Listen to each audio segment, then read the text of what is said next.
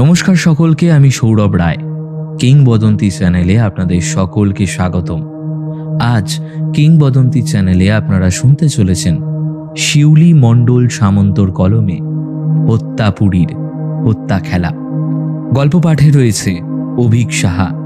অন্যান্য চরিত্রে সৌরভ রায়, অভিক, বুবাই, মৌমিতা, বর্ণালী, খুশি, পূজা, অন্তরা, শুভ, নীল, দীপ্তিমান ও দেবাঞ্জন।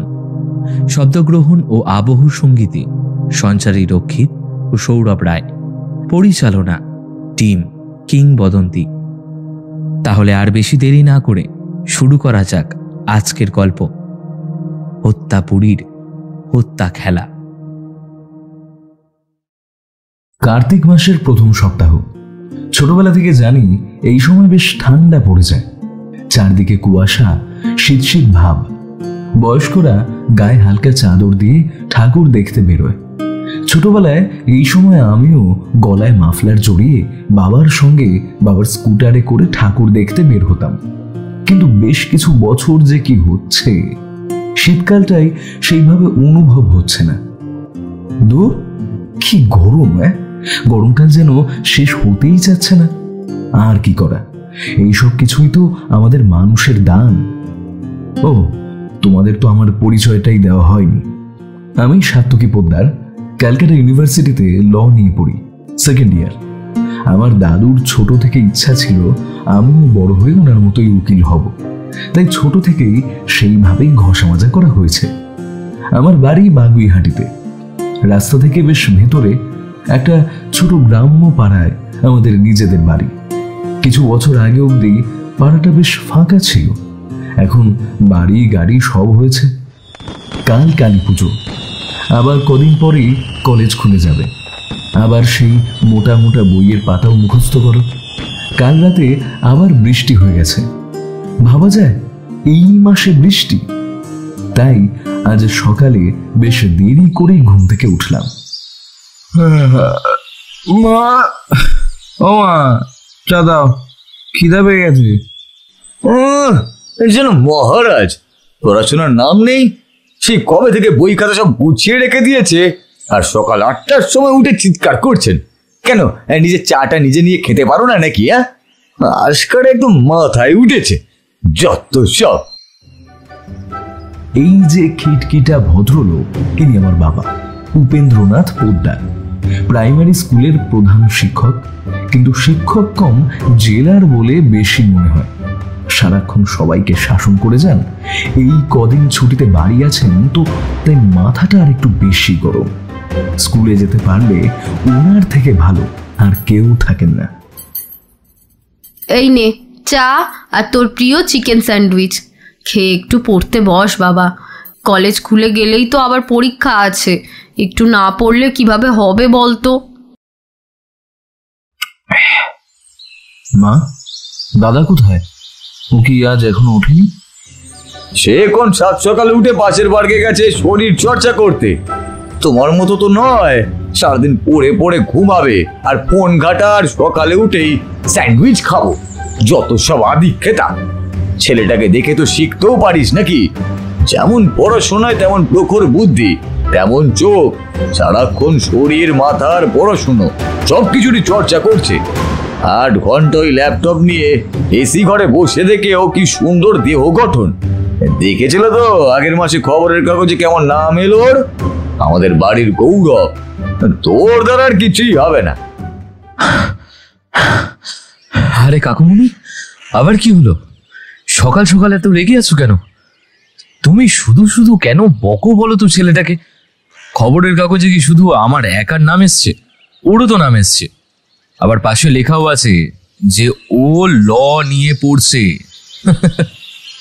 দেখ না, তোর কাকুর খালি ওই এক কাজ, সারা দিন ছেলেটাকে বকে যায়। তুই একটু বস বাবা, হাঁপিয়ে গেছিস। চা খাবি তো না শরবত দেব? না কাকিমা, ফ্রেশ হয়ে আসি, তারপর চা আর ব্রেকফাস্ট করে নেবো। কাকিমা, আজ কিন্তু অফিসে যেতে হবে। ও মা, আজও অফিস যাবি? কালকে তো পুজো। হ্যাঁ, আজকে যাই, কাল থেকে আবার 3 দিন ছুটি। তোমরা তো ভালোভাবেই জানো প্রাইভেট কোম্পানিগুলোতে ছুটির কি অবস্থা। এই সকালে আবার কি এলো? দাঁড়া, দেখছি।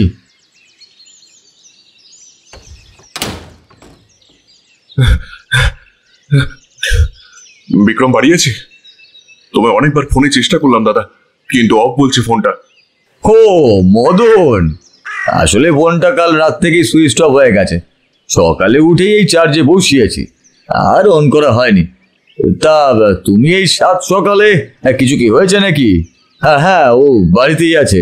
আরে তুমি এসো এসো, ভেতরে এসো। মদন, এসো ভেতরে এসো, চা খাও একটু।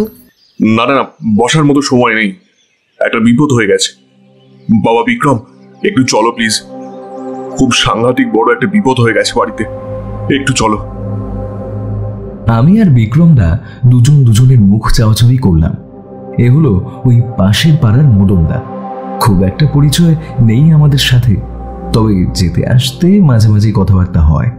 বাবার সাথে কথা বলে, আর খবরের কাগজে বিক্রমদার খবরটা বেরোনোর পর থেকে উনি বিক্রমদাকে বেশ ভালোই সমীহ করে চলেন। অনেকবার ওনার বাড়িতে আসতে অনুরোধ করেছেন। মদনদা, আপনি আগে একটু শান্ত হন। বুঝতে পারছি বাড়িতে বিপদ। কি হয়েছে যদি একটু বলেন। আর পুলিশকে খবর দিয়েছেন? হ্যাঁ বাবা, পুলিশকে খবর দিয়েছে, ওনারা আসছেন বললেন, কিন্তু জানি না কেন তোমার বৌদির হঠাৎ করেই তোমার কথা মনে হলো, তাই ফোন করেছিলাম। তারপর উনি ডাকতে পাঠালেন। তুমি গেলে হয়তো একটু সুবিধা হবে। তোমার তো শুনেছি আবার পুলিশের সাথে জানাশোনা হয়ে গেছে, বাড়িতে তো প্রায় দিন নাকি পুলিশ আসে।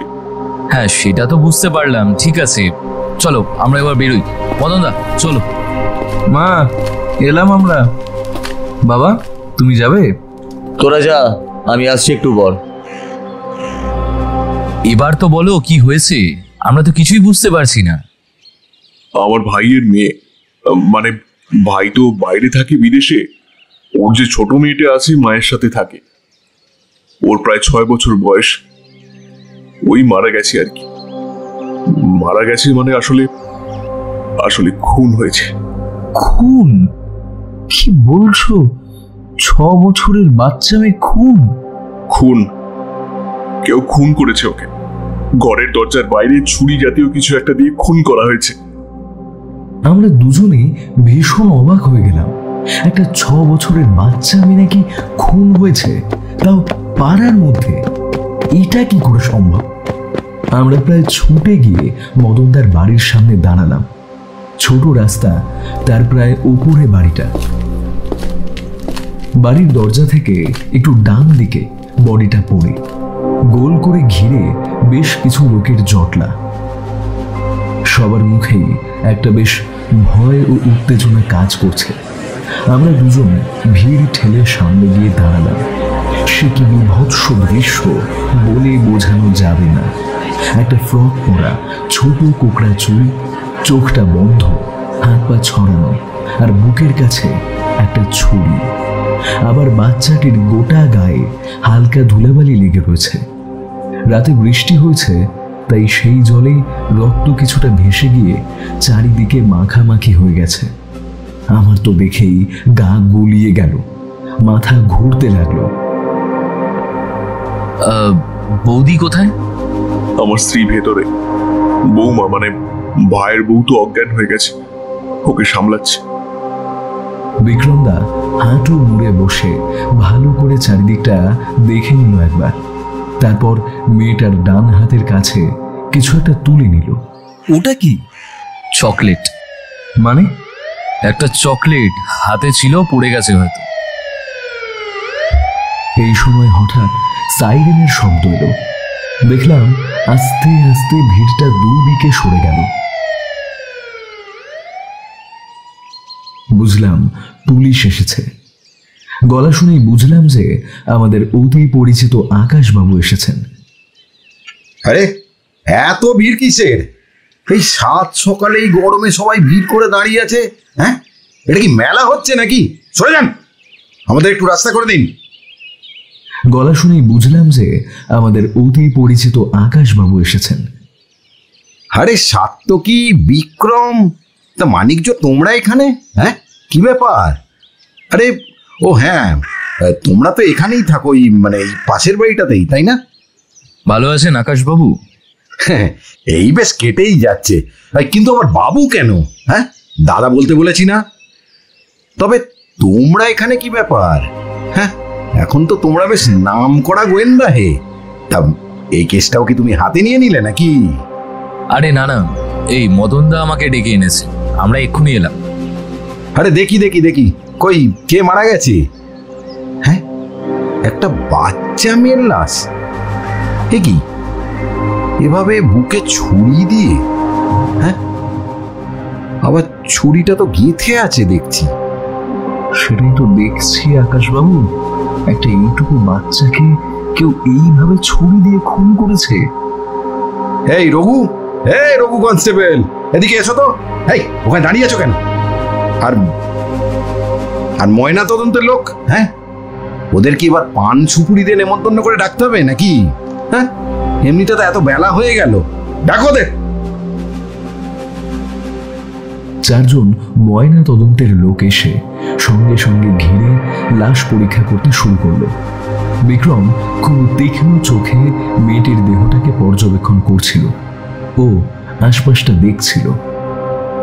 আপনি? আমি মদন, মদন সেন। ওই যে মেয়েটি, ওর নাম কুসুম। আমি কুসুমের জেঠু হই। ও, জেঠু হন তো? তা বাচ্চাটাকে প্রথম কে দেখেছে? আমার স্ত্রী। ওই খুব ভোরে উঠেছিল আজ। ও প্রায় দিনই খুব ভোরে উঠে পড়ে। আজও ভোরে উঠে দেখলো বাড়ির দরজাটা ভেজানো আছে। তাই ওর কি কি মনে হতে বাইরে এসে দেখে দরজার সামনে এমন অবস্থা। আপনাদের বাড়ির একটা ছোট মেয়ে রাতে কখন বাড়ির বাইরে এসেছে বা কার সাথে এসেছে, হঠাৎ করে বাড়ির বাইরে কেন এলো? হ্যাঁ, আর আপনারা সারা রাত কেউ এগুলো কিছুই জানতে পারেননি, তাই তো? অদ্ভুত। আর আমি শুধু ভেবে অবাক হয়ে যাই যে মানুষের কি অবস্থা। সব নাকি উন্নত প্রাণী, এই মানুষ, আর তারা কিনা একটা এই ছোট্ট মেয়েকে এইভাবে হত্যা করেছে, তা ওই এই ছুঁড়ে দিয়ে। হ্যাঁ, কি নিষ্ঠুর। না, আর ছাড়া যাবে না, যে করেই হোক ওই কঠিন শাস্তি দিতেই হবে এদের। সেটাই তো আমরা ভাবছি, একটা ছোট্ট বাচ্চার উপর কার এমন রাগ থাকতে পারে যে রাতের অন্ধকারে তাকে এভাবে খুন করে যায়? আর কাল রাত্রে ঝড় বৃষ্টি হচ্ছিল, কোথাও কোনো লোকও ছিল না, কারেন্টও ছিল না। সেই সময় কি এই পাড়ায় তো কোনো সিসিটিভিও নেই। কিছু মনে করবেন না মদন বাবু, আমাদের না একটু প্রাথমিক তদন্ত করতে হয়, মানে একটু সবাইকে জিজ্ঞাসাবাদ করা দরকার আর কি। মানে তা যদি একবার। হ্যাঁ, বুঝতে পারছি। আসুন আপনি। আর বিক্রম, সাত্তকী, তোমরাও এসো। তবে একটা কথা আমি এখনই বলে দিতে চাই আপনাকে, ইন্সপেক্টর। আমি কিন্তু চাই, মানে আমার স্ত্রী আসলে বলেছে প্রথমে যে বিক্রম সাত্তকী এই ব্যাপারটাই যেন একটু থাকে, মানে ওরা যদি কেসটা নিজের মতো করে দেখে, তাই আর কি, তাহলে একটু সুবিধে হয়। ও তো এখন বেশ ভালোই বড় গোয়েন্দা হয়েছে, তাই। হ্যাঁ, সেটা আমি বুঝেই গেছি, মানে কোনো অসুবিধা হবে না। আর তাছাড়া বলতে গেলে আমরা তো একটা টিম, আমরা তো একসাথেই কাজ করি নাকি? আগের কেসটা তো আমরা দুজন দুজনকে সাহায্য করে তবেই তো সলভ করলাম। ওই মুরগির মাংসের মধ্যে ওই গাঁজা পাচারটা। হ্যাঁ, সেটাই তো, আমরা টিম, একসাথে কাজ করি। এখন ভেতরে চলুন। কি ভাবছো বিক্রমদা? জানি না রে, তবে একটা 6 বছরের ছোট মেয়েকে এমন বিভৎসভাবে কে খুন করবে, আর কেনই বা করবে? আমরা সবাই মেইন দরজা দিয়ে ঢুকে একটা মাঝারি সাইজের বসার ঘরের মতো জায়গায় দাঁড়ালাম। পাশে দেখলাম একটা বেশ বড় টেবিল, আর তাতে 6টা চেয়ার আছে। সাদামাটা একটা বসার ঘর। কই গো, শুনছো মৌলি? একটু বাইরে এসো। হ্যাঁ, তুমি? হ্যাঁ গো, শুনছো? এবার একটা ডাক্তার ডাকো। লীলা তো ঘন ঘন অজ্ঞান হয়ে যাচ্ছে, এবার কিছু বাড়াবাড়ি না হয়ে যায়। আর শোনো না, তুমি ভাইকে একবার খবর পাঠানোর চেষ্টা করো। তুমি তো বিক্রম, তাই না? হ্যাঁ, নমস্কার, আমি বিক্রম পোদ্দার। হ্যাঁ, এসেছো তোমরা, খুব ভালো হয়েছে। একটু বসো। আমার হঠাৎ মাথায় এলো জানো তো, যে তোমাকে একবার ডাকা দরকার, তাই আর কি। লীলা মানে? কুসুমের মা, আমার ছোট বোনের মতো হয়। এই সেনবাড়ির ছোট বউ। ও যখন থেকে কুসুমের দেহ দেখেছে তখন থেকেই শুধু অজ্ঞান হয়ে যাচ্ছে, কিছুতেই জ্ঞান ফেরাতে পারছি না। তা ভেতরে আর কে আছে? ওখানে দিদিভাই আছে আর সমীর দাদা আছে। বাকি বাড়ির লোক? হ্যাঁ, ওই যে দিদিভাই, উনি আমার ননদ হন, মমতা, এই বাড়িতেই থাকেন। আর ওনার একটা ছেলে আছে বিনোদ, ও ওপরে রুমে আছে। আর কাজের লোক সমীরদা, ওই ভেতরেই বোনের কাছে রয়েছে। আর আমার 8 বছরের মেয়ে রিমি, ও ওপরে আছে। ঠিক আছে, আপনারা কথাবার্তা শুরু করুন, আমি এবার ডাক্তারকে ডাকতে পাঠাচ্ছি। ঠিক আছে, উনি যখন অসুস্থ তখন ওনার কাছে কেউ একবার গিয়ে কথা বললেই তো হয়ে যাবে। আচ্ছা, আপনারা না একে একে আসুন তো, একবার এই একটু বাইরেটা একটু কথা বলে নিই। মানে এই যতটা দরকার আমি একটু জিজ্ঞাসাবাদ করে নেব আর কি। আর লীলা দেবী, ওনার সাথে না হয় আমি একটু পরেই কথা বলে নেব। বসার ঘরে চেয়ার টেবিলে আমরা 3 জন পাশাপাশি বসলাম, আর অন্যদিকে একটা চেয়ারে মৌলি দেবী। বলুন। আপনিই তো প্রথম দেহটা দেখলেন, তা কি দেখলেন? আমি প্রায় সকালেই তাড়াতাড়ি উঠি ঘুম থেকে, এই 5টা সাড়ে 5টার দিকেই উঠি আর কি। তবে কোনো কোনো দিন 6টা সাড়ে 6টাও বেজে যায়। আজ সকালে ভোরের দিকে একটু ঠান্ডা লাগছিল, তাই উঠে রিমির গায়ে বেড কভারটা ভালো করে চাপা দিয়ে দিলাম। দেখলাম ভোর হয়ে গেছে, কিছুক্ষণের মধ্যেই ফর্সা হয়ে যাবে, তাই উঠে পড়লাম। আমাদের রুম ওপরে, কদিন ধরে খুব ঝড় বৃষ্টি হচ্ছে, তাই আর ছাদে যাওয়া হয়নি। আর বারান্দাটাও পরিষ্কার করা হয়নি, তাই ভাবলাম সমীরদাকে বলে দিয়ে ওগুলো পরিষ্কার করতে। আর রিমি তো স্কুলে যাবে, গাড়িও এসে যাবে, কাল থেকে আবার স্কুল ছুটি। তাইও স্কুলের টিফিন আর আমাদের সবার জন্য জলখাবার করা শুরু করে দেই। নিচে নেমে হঠাৎ দরজার দিকে চোখ গেল, মনে হলো দরজাটা যেন ঠিকঠাক লাগানো নেই।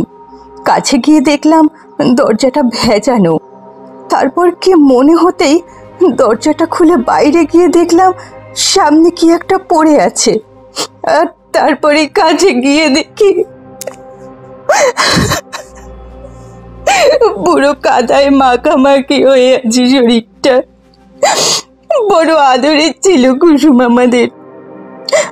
তারপর আমি ছুটে এসে চিৎকার করে সবাইকে ডাকি। লীলা তো বাইরে এসে দেখেই অজ্ঞান হয়ে যায়। তারপর কতক্ষণ ধরে আমরা সবাই ওর জ্ঞান ফেরানোর চেষ্টা করছি। তারপরেই তো রিমির বাবা পুলিশকে ফোন করলো, আর আমি বললাম তোমাদের ছুটে গিয়ে একবার ডেকে আনতে। কাল রাত্রে আপনারা সবাই কখন খেয়ে শুয়ে পড়েছিলেন? রাতে খুব বৃষ্টি হচ্ছিল, তারপর তো আবার কারেন্টও ছিল না। হ্যারিকেন মোমবাতি সবই জ্বলছিল, তাই আমরা ভাবলাম সবাই তাড়াতাড়ি খেয়ে শুয়ে পড়ব। কালকে রাত 9টার মধ্যেই শুয়ে পড়েছিলাম সবাই। শেষে আমি লীলা বাসনগুলো মেজে রান্নাঘরটা পরিষ্কার করে, আর সমীরদা এই ঘরটা টেবিলটা ভালো করে পরিষ্কার করে মুছে চারিদিক জানলা লাগিয়ে দিয়েছিল। সমীরদা ওইদিকে ওই রান্নাঘরের পাশে ছোট মতো একটা জায়গা আছে, ওখানেই ঘুমায়।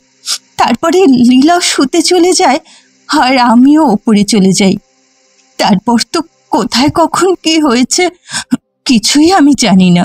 আর আপনার স্বামী, উনি কখন ঘুমিয়েছিলেন?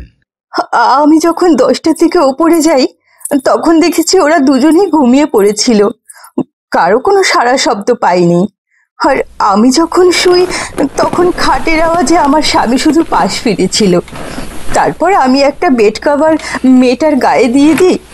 কালকে ওয়েদারটা খুব সুন্দর ঠান্ডা ছিল তো, তাই আমরা সবাই কিছুক্ষণের মধ্যেই ঘুমিয়ে যাই। মেয়েটির বয়স এখনো 6 বছর পূর্ণ হয়নি? হ্যাঁ, এই কদিন আগে আশ্বিন মাসে ওর 6 বছর পূর্ণ হয়েছে। এই আগের বছরই ওকে স্কুলে ভর্তি করেছিল। সারাটা দিন ঘরটায় ছুটে বেড়াতো আর নিজের মনে কত কবিতা গান বলে যেত। 2 বোন সারাদিন কি সুন্দর খেলা করতো। আপনি এখন যান। ভেতরে কি আছে? আপনার ননদ না কে না? ওনাকে একটু একটু এখানে বাইরে পাঠিয়ে দিন তো। মৌলি বৌদি চোখ মুছতে উঠে চলে গেলেন। তারপর দেখলাম ভেতর থেকে একজন মহিলা বেরিয়ে এলেন। বেশ ভারী চেহারা, মুখ শুকনো, তবে চোখ দুটো ভীষণ উজ্জ্বল। একটা দামি পাটের সাদা শাড়ি পরে আছেন। বয়স প্রায় 60-এর কোটায়। দেখেই মনে হয় বড্ড দাম্ভিক। নমস্কার, আমার সাথে কি দরকার শুনি? ভেতরে এমন একটা অবস্থা, আর এখন আপনাদের পুলিশের এইসব জেরা শুনতে হবে নাকি? হ্যাঁ, আমরা বুঝতে পারছি ভেতরে কেমন অবস্থা। আসলে বাড়ি থেকে ঝড় বৃষ্টির রাতে একটা 6 বছরের মেয়ে বেরিয়ে গেল, আর সেটা কেউ জানতে বুঝতে পারলেন না। হ্যাঁ, খুন হয়েছে মেয়েটি, আর সেই জন্যেই। ঠিক আছে ঠিক আছে, তবে আমি ভালো করে বলে দিচ্ছি, আমি কিন্তু কিছু জানি না। আমার একটু ভয় আছে, মানে ভূতের ভয়। তাই আমি সারা বছর দরজা জানলা সবই বন্ধ করে ঘুমাই। আপনার ঘর কোনটা? তুমি কে? ইন্সপেক্টর আছে, তবু তুমি কেন প্রশ্ন করছো? ও আসলে ও গোয়েন্দা, পুলিশের হয়েই কাজ করে। মানে আমরা একসাথেই কাজ করি। যা প্রশ্ন উত্তর হবে সব আমরা একসাথেই জিজ্ঞাসা করব। তাই ও যা প্রশ্ন করছে আপনি তার সব উত্তর দিতে পারেন। গোয়েন্দা? তা আজকাল বুঝি তোমাদের মতো বয়সী ছেলেদের এটা একটা নতুন শখ? তা তোমাদের পেছনের ওই দরজাটা ওটাই আমার ঘর। রাত্রে আপনি কখন শুতে যান? সন্ধ্যাবেলা আমি স্নান করে গোপাল ঠাকুরকে ভোগ দিয়ে রাত্রি 9টার আগেই খেয়ে প্রায় সবার আগেই শুয়ে পড়ি। কোনো দিন একসাথে খাই, কিন্তু সেটা রোজ নয়। কাল রাতে নিজের ঘরে চলে গিয়েছিলাম, তারপর দরজা জানলা সব বন্ধ করেই শুয়ে পড়ি। রাত্রে আপনি কোনো রকমের শব্দ বা চিৎকার শোনেননি, বা দরজা খোলার শব্দ? সেরকম কিছু তো আমি বলতে পারবো না। আমি দরজা জানলা বন্ধ করে শুই। গরম লাগলেও আমি কখনো দরজা কিংবা জানলা কোনোটাই খুলি না। আর বাইরে কখনো কোনো হুটহাট শব্দ হলেও আমি দরজা খুলি না, বললাম না। মানে আমার একটু ভয় লাগে। কালকে রাত্রেও তেমন কোনো শব্দ পাইনি। তাছাড়া বাইরে ভীষণ বজ্রপাতের শব্দ হচ্ছিল, বৃষ্টিও হচ্ছিল। সেখানে টুকটাক শব্দ হলে ওই বৃষ্টির শব্দই হয়েছে বলে হয়তো ধরে ফেলেছি। আপনি কি হন বাচ্চা মেয়েটির? কেন, মৌলি আপনাদের বলেনি আমি ওর একমাত্র পিসি হই? আপনি এখানেই থাকেন? মানে এটা আপনার? এটা আমার বাপের বাড়ি। গত 15 বছর ধরে আমি এখানেই আছি। মানে আপনার স্বামী মারা গেছে যখন আমার ছেলের বয়স 3 বছর, তখনই ও মারা গেছে। হঠাৎ একদিন জ্বর হয়েছিল, তারপর রক্ত বমি, আর ঠিক দিন 3-এর মাথায় মারা গেল। শ্বশুর বাড়ির লোকেদের সাথে অনেক ঝামেলা অশান্তি শুরু হয়। তারপর থেকে আমি এখানেই থাকি। তো এগুলো কি আপনার এই কেসের তদন্তের কাজে লাগবে? হ্যাঁ, না সেটা নয়। আপনি সম্পর্কে পিসি হন আর এই বাড়িতেই থাকেন, মানে আপনার ছেলেকে নিয়েই তো নাকি? এই বাড়ির একটা ছোট্ট বাচ্চা মেয়ে মারা গেছে। তার মৃত্যু তদন্ত করতে গিয়ে সবার ব্যাপারে সবকিছুটা আমাদের জানতে হয়। এতে আমাদের কারোরই ব্যক্তিগত কোনো স্বার্থ নেই। যতটা দরকার ততটাই আমরা জিজ্ঞেস করছি। আপনার ছেলে কি করে? ও পড়াশোনা করছে। ওর বেশি বয়স না, ওই 18 কি 19। ও কোথায়? উপরে ওর ঘরেই আছে। ও আমার ছোট ছেলে। এইসব জিনিসে খুব ভয় পায়, তাই আমি ওকে ওর রুমেই থাকতে বলেছি। এই যে ডাক্তারবাবু এসেছেন। এই যে আসুন, ভেতরে আসুন। মদনদা, যদি কিছু মনে না করেন তাহলে কি আমরা একবার আসতে পারি ভেতরে? ভেতরে? হ্যাঁ, এসো। না না, ঠিক আছে, আমরা বাইরেই দাঁড়াচ্ছি। আমরা তিনজন উঠে দরজার কাছে পর্দাটা সরিয়ে দাঁড়ালাম। আমি উঁকি মেরে দেখলাম ঘরটা আগে ভালো করে। একটা বেশ বড় সাইজের ঘর, চারদিকে পুতুল, খেলনা এইসব দিয়ে সুন্দর করে সাজানো গোছানো। ঘরের মাঝে একটা বেশ বড় সাইজের খাট, পাশে একটা বড় টেবিল, দুটো চেয়ার, একটা আলমারি, আরও একটা ছোট সাইজের কাঁচের আলমারি, তাতে বেশ কিছু দামি আসবাবপত্র সাজানো। একজন মহিলা, ওই 27-28 বছর বয়স হবে, খাটে অচেতন অবস্থায় শুয়ে আছে। মুখটা সাদা হয়ে গেছে, চুলগুলো খোলা বালিশের উপর ছড়িয়ে আছে, গায়ে একটা কম্বল জাতীয় কিছু চাপানো। মৌলি বৌদি পায়ের দিকে বসে তেল জাতীয় কিছু মাখাচ্ছে, আর আরো একজন কেউ লুঙ্গি পরা, গলায় গামছা, গায়ে একটা কম দামি গেঞ্জি মনে হয় এনাদের বাড়ির কাজের দাদা। উনি মাথার কাছে দাঁড়িয়ে বাতাস করছেন। পাশে একটা চেয়ারে ডাক্তারবাবু বসলেন। তারপর খানিকক্ষণ নাড়ি পরীক্ষা করে চোখ দেখে বললেন, এক্ষুনি একবার ডাক্তারখানায় নিয়ে যাওয়া দরকার, না হলে বাড়িতে যেন ব্যবস্থা করা হয় স্যালাইন দেওয়ার। ওনার হাত পা ঠান্ডা হয়ে যাচ্ছে, বড় একটা কিছু বিপদ হলেও হতে পারে। মদনদা ওনার সাথে কথা বলে ওনাকে বললেন যাতে উনি ওনার আরো একজন কাউকে নিয়ে এসে বাড়িতেই স্যালাইন দেওয়ার ব্যবস্থাটুকু করে। তারপর আমরা তিনজন বাইরে বেরিয়ে দাঁড়ালাম। দেখলাম মেয়েটির মৃতদেহ ভালো করে সাদা কাপড়ে ঢেকে গাড়িতে তোলা হচ্ছে। পোস্টমর্টেম হবে এবার, আর এই জায়গাটা ভালো করে পুলিশ ঘিরে দিয়েছে। দুজন কনস্টেবলকে পাহারায় বসানো হলো।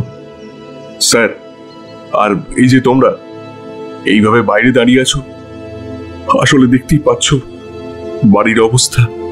হ্যাঁ, কোনো অসুবিধা নেই, আমরা জানি এই সময় বাড়ির কি অবস্থা। আচ্ছা, আগে লীলা বৌদিকে সুস্থ করা উচিত, আর আপনার ভাইয়ের সাথে যোগাযোগ করার চেষ্টা করুন যদি কোনোভাবে। হ্যাঁ, চেষ্টা করছি। ঠিক আছে, আপনি ভেতরে যান, আর আপনাদের ওই যে কাজের দাদা আছে ওনাকে একটু বাইরে পাঠিয়ে দিন, একটু কথা বলবো। ও সমীরদা? হ্যাঁ ঠিক আছে, পাঠিয়ে দিচ্ছি, তোমরা ওখানে বসো। আমরা আবার গিয়ে ভিতরে বসলাম। মিনিট 5 পর একটা থালায় 3 গ্লাস শরবত নিয়ে এসে সমীরদা আমাদের সামনে দাঁড়ালো। তোমার নাম সমীর? আগে হ্যাঁ বাবু, আমার নাম সমীর দাস, ঘর ওই মালদা জেলায়। বাবার নাম মিলন দাস, আর মায়ের। থাক থাক, অত কিছু বলতে হবে না, ওসব জেনে আমাদের কোনো কাজ নেই। আচ্ছা, এখানে বসো। আমি এই চেয়ারে বসবো? আমি তো কোনোদিন এখানে বসিনি বাবু, তার থেকে আমি খাড়ায় আছি, আপনারা জিজ্ঞেস করুন। তুমি কতদিন ধরে কাজ করছো? আর তোমার তো মালদাতে বাড়ি, তা এখানে কি করে? মদন দাস যেই ফ্যাক্টরিতে কাজ করে সেখানেই আগে আমি কাজ করতাম। এই ফাইল এনে দেওয়া, জল দেওয়া, সাইনে দেওয়া, এইসব আর কি। তারপর মালিক নতুন একজনের কাজে নিয়ে আমায় সারাই দিল।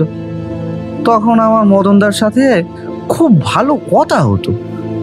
উনিও তো তখন একা, আর মমতা দিদি একা ছোট ছেলেরে নিয়ে থাকতো, তাই এই ঘরে আমারে নিয়ে চলে এলো। তা কিছুদিন পর তো উনি বিয়া করলেন, ওনার ছোট মেয়েটা হলো, আর তারপর গিয়ে সোর দাদাবাবু বিয়ে করলেন। তোমার বাড়িতে কেউ নেই?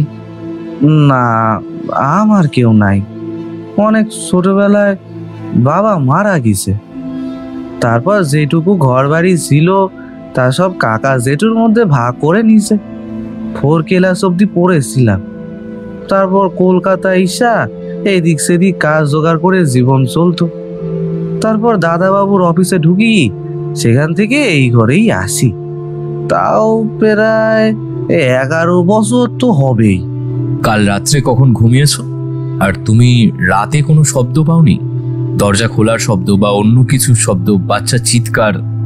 ওই ভাত খাওয়ার পরে আমি রোজ রাতে একটু নসিনি, ইয়ে মানে ওই আর কি, কালকেও খিচুড়ি খেয়ে বড় বৌদিমণি আর ছোট বৌদিমণি শুতে যাওয়ার পরে একটু বেশি করেই নুস্যে নিয়ে ঘুমায় পড়ি।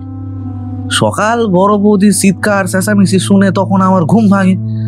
সারা রাত্রি কোথায় কি হয়েছে, কখন খুবই দরজা খুলে বাইরে গেছে, আমি তো কিছুই জানি না। মা কালী দিব্যি বলছি, আমি সত্যি বলছি, আমি কিছু জানি না। শুধু কাল রাতে কেন, কোনোদিনই রাতে আমি কেউ জানতে পারি না কোনো কিছু হলে।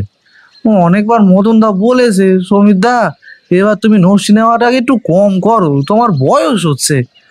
কিন্তু পুরনো অভ্যেস কি করে সারি বলুন তো দেখি। মদনদা আপনাকে দাদা বলে, আবার আপনিও মদনদাকে মানে? আমি তো ওর থেকে বয়সে অনেকটাই বড়, সেই জন্যই আমায় দাদা বলে। আর সেই অফিসে কাজ করা থেকে সবাইকেই দাদা বলতে হতো, তাই ওইটা আমার অভ্যেস। তাহলে কালকে রাত্রে আপনি নস্যি নিয়ে দারুণ ঘুম দিয়েছেন, তাই তো? সেটাই হয়তো এবারে কাল হলো। সত্যি একদিন যদি মদনদার কথাটা শুনতাম, তাইলে কাল হয়তো দরজা খোলার শব্দ শুনতে পেতাম আর চিৎকারটাও শুনতে পেতাম। সারাদিন জ্বালাতো, রান্নাঘরে এসে কত বিরক্ত করতো। ভূতের গল্প বলো, পাখির গল্প বলো, কত আবদার। ছোট্ট এক রত্তি মেয়েটাকে এমন ভাবে খেয়ে মেরে দিয়ে গেল বলুন তো দেখি।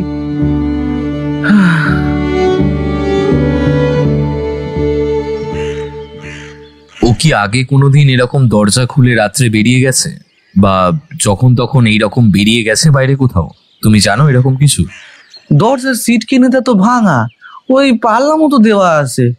ওটা তো যখন তখন যে কেউ খুলতে পারে, মানে ওটাও তো শক্ত সামর্থ্য না, ওই তাই খুলতে পারে। তবে ওরা তো এরকম কখনো আগে বাইরে বেড়াই যায়নি, আমি তো জানি না। তবে রাতে কখনো বেড়ায় গেলে সে খবর আমি তো কখনো পাই নাই। ঠিক আছে, তুমি ভেতরে যাও। আচ্ছা, আমরা একবার পুরো ঘরটা ঘুরে দেখতে পারি? দাঁড়ান, আমি মদনদাকে ডেকে দিচ্ছি, উনি বরং আপনাদের ঘুরে দেখাবে। এই বলে কোনো উত্তরের অপেক্ষায় না থেকে সোজা ঘরে চলে গেল। আমরা উঠে দাঁড়িয়ে চারদিকটা দেখছিলাম। তারপরে মদনদা ঘর থেকে বেরিয়ে এলো। আপনারা মানে তোমরাও কি ঘরটা ঘুরে দেখবে? কোনো অসুবিধা নেই, এই তো সিঁড়ি, উপরে উঠে যাও।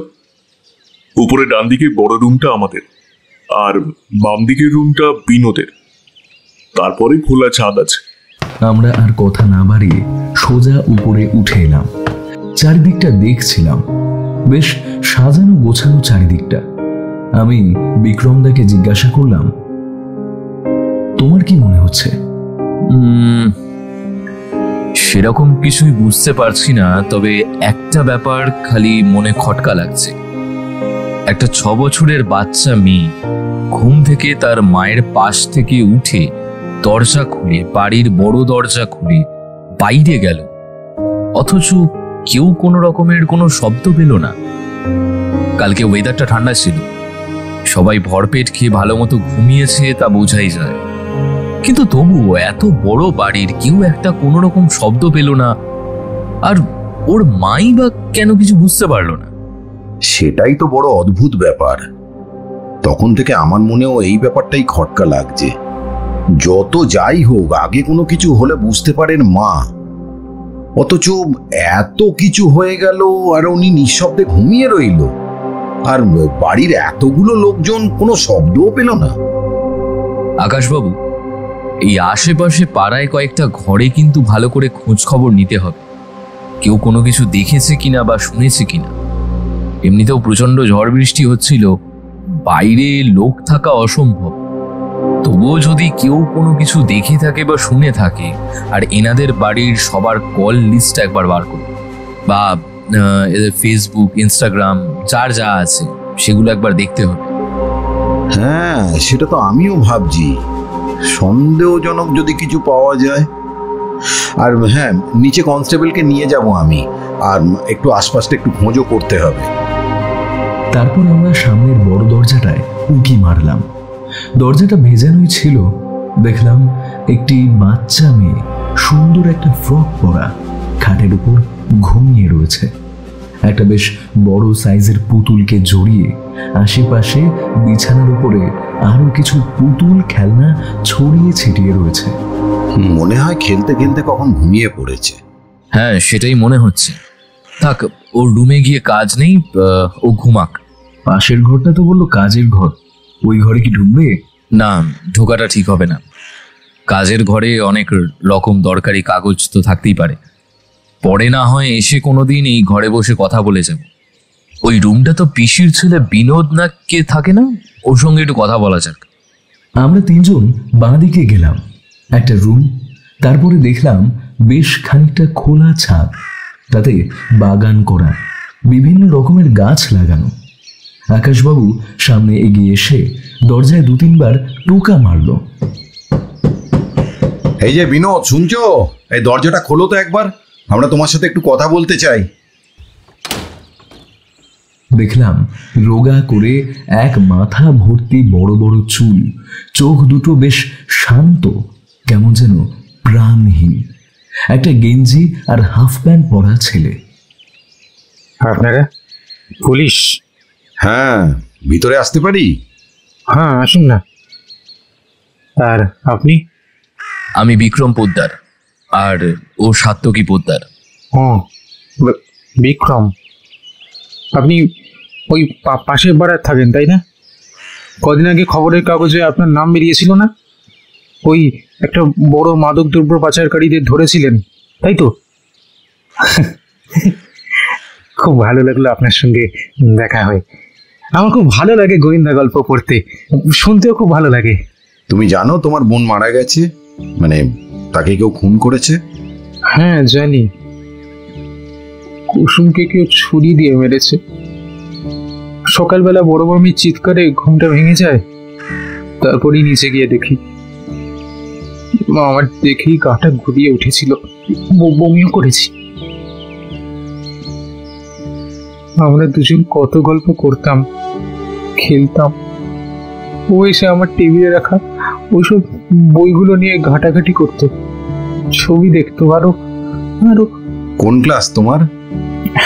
হ্যাঁ, এই তো প্রেসিডেন্সিতে ভর্তি হলাম, ইংলিশে। ক্রমশ হলো ক্লাস হচ্ছে। আমি ভালো করে রুমটা একবার দেখে নিলাম। বেশ বড় একটা রুম, দুটো বড় বড় খোলা জানালা, ছোট একটা বিছানা সুন্দর করে গোছানো, একটা বেশ বড় পড়ার টেবিল, সুন্দর করে পড়ার বই খাতা গোছানো, আরেক পাশে একটা বড় বইয়ের আলমারি, তাতে অনেক রকম বই সাজানো। জানলার দিকে আরো একটা ছোট টেবিল, তাতে কিছু ছবি আঁকার খাতা, রং তুলি আর ছোট বাচ্চাদের পড়ার বই।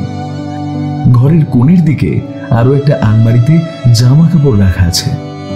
দেখে বোঝা যায় এটা একটা কলেজ পড়ুয়ার রুম বলে। তুমি পড়াশোনা করতে ভালোবাসো আর ছবিও আঁকো? হ্যাঁ, আমার পড়াশোনা করতে খুব ভালো লাগে। আমি ভিন্ন রকমের বই পড়ি, ছবি আঁকতেও খুব ভালো লাগে। জানেন, আমি বসে বসে ছবি আঁকতাম আর কুসুম বসে দেখতো। আমি ছড়া বইগুলো পড়তাম,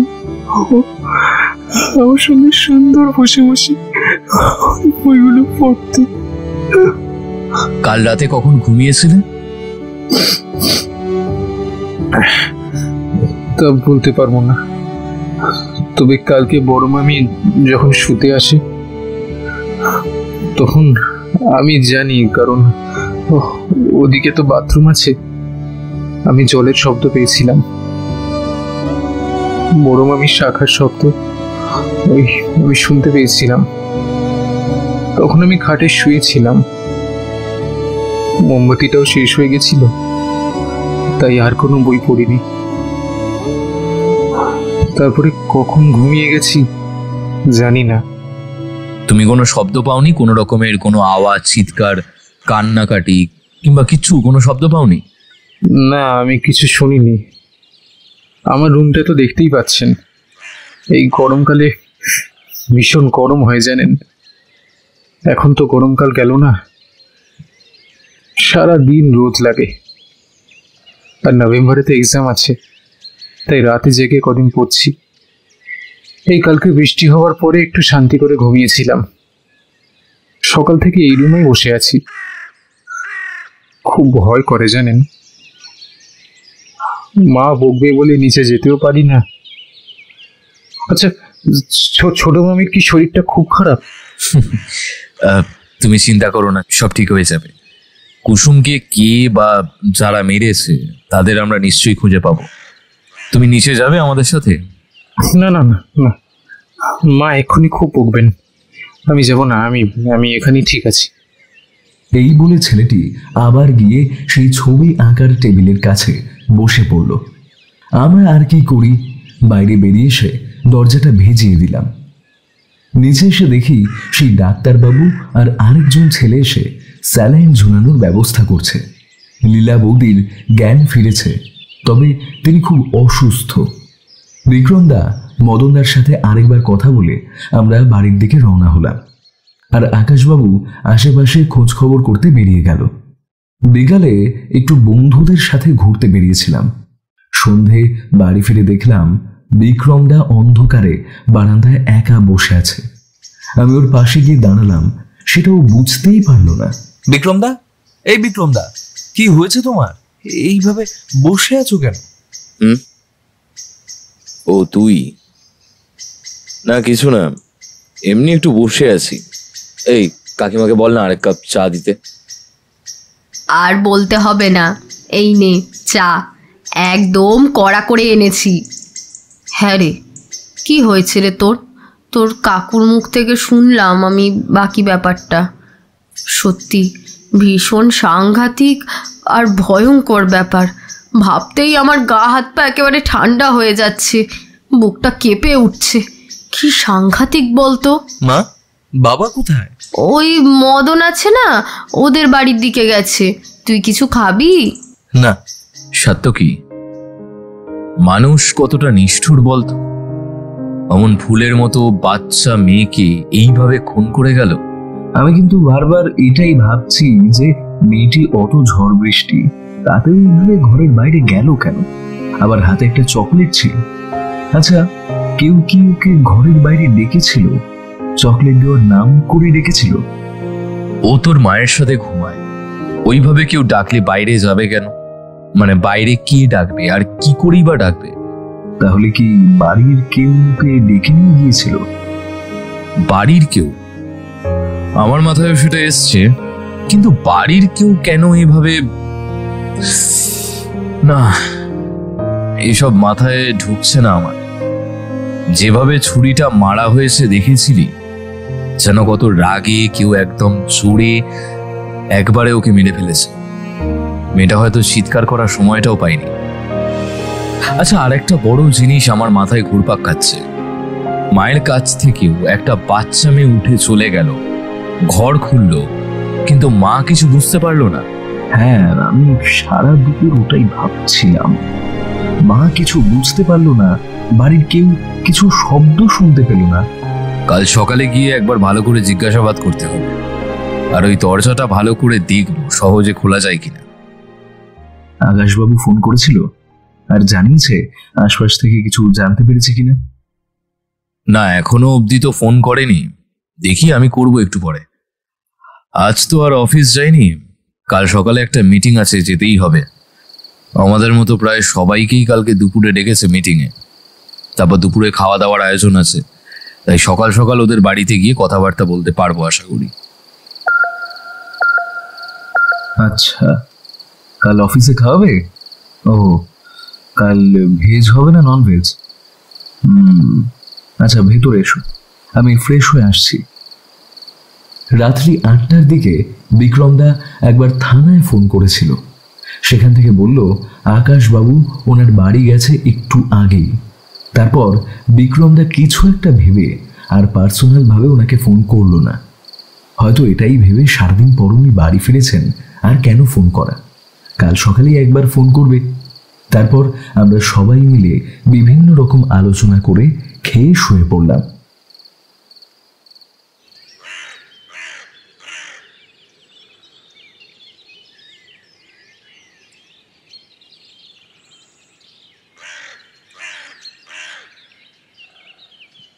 সকালে একটু তাড়াতাড়ি উঠে স্নান করে বাইরে এসে দেখি বিক্রমদাও তৈরি হচ্ছে। এই যে দিচ্ছি, চা দিচ্ছি। এই একটু আলুর পরোটা করেছি তোদের জন্য। স্বাদ কি? এই নে তোর টিফিন।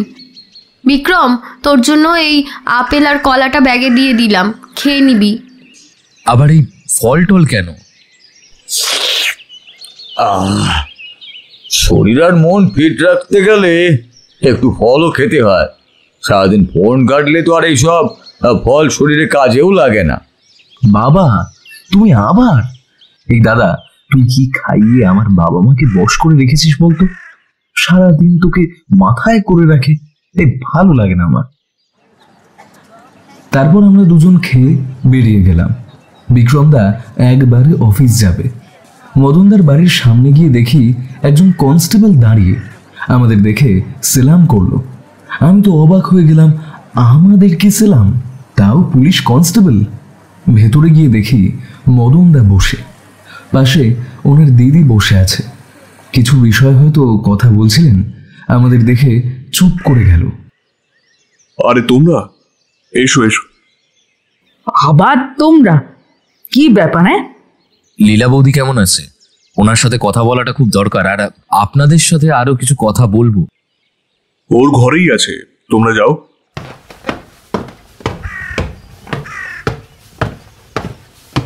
আমরা ভেতরে গিয়ে দরজায় টোকা দিয়ে বিক্রমদা জিজ্ঞেস করলো, আসতে পারি লীলা বৌদি? আপনার সাথে খুব গুরুত্বপূর্ণ কিছু কথা ছিল। এসো। খুব ভালোভাবে জানি আপনার শরীর ও মনের অবস্থাটা, কিন্তু বুঝতেই পারছেন আমাদের তো এই কাজটা করতেই হবে। আপনার কাছ থেকে কিছু যদি জানতে পারি তাহলে কি সাহায্য হয় আর কি। বুঝতে পারছি, বসো তোমরা। লীলা বৌদি খাটের উপর একটা বালিশে ঠেক দিয়ে বসে আছে। বিক্রমদা একটা চেয়ার টেনে বসলো ও আমি পাশে দাঁড়িয়ে রইলাম।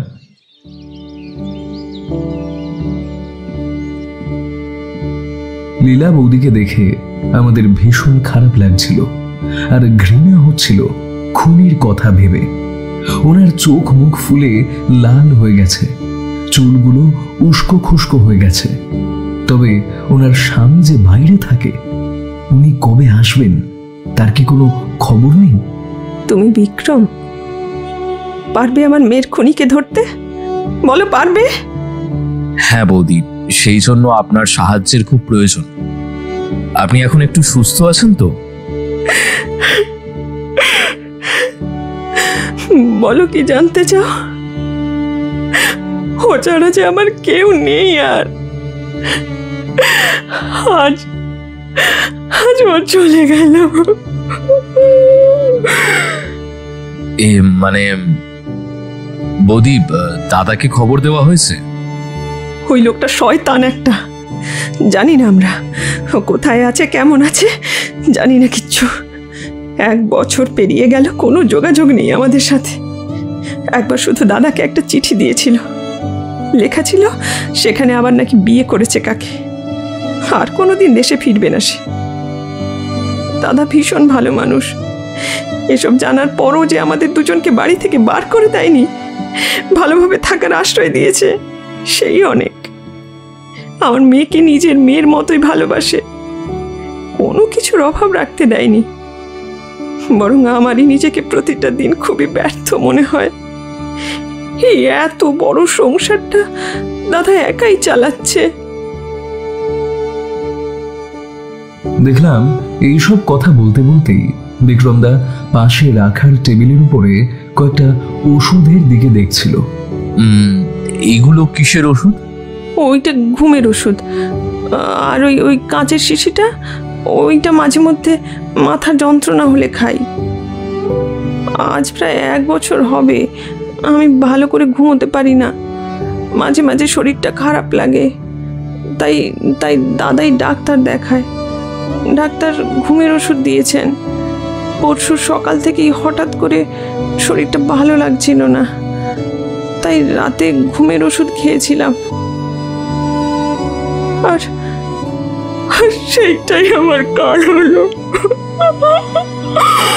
মেয়েটা ওই ঝড় বৃষ্টির মধ্যে কখন কিভাবে উঠে গেল পাশ থেকে, আমি কিচ্ছু টের পাইনি। সব শেষ হয়ে গেল, আমার সব শেষ হয়ে গেল। কে মারলো, কে মারলো আমার ফুলের মতো বাচ্চা মেয়েটাকে? কেন বা খুন করলো ওকে? ভাই ভাই বিক্রম, তুমি তুমি খুনিকে কঠোর শাস্তি দিও, কঠোর শাস্তি দিও।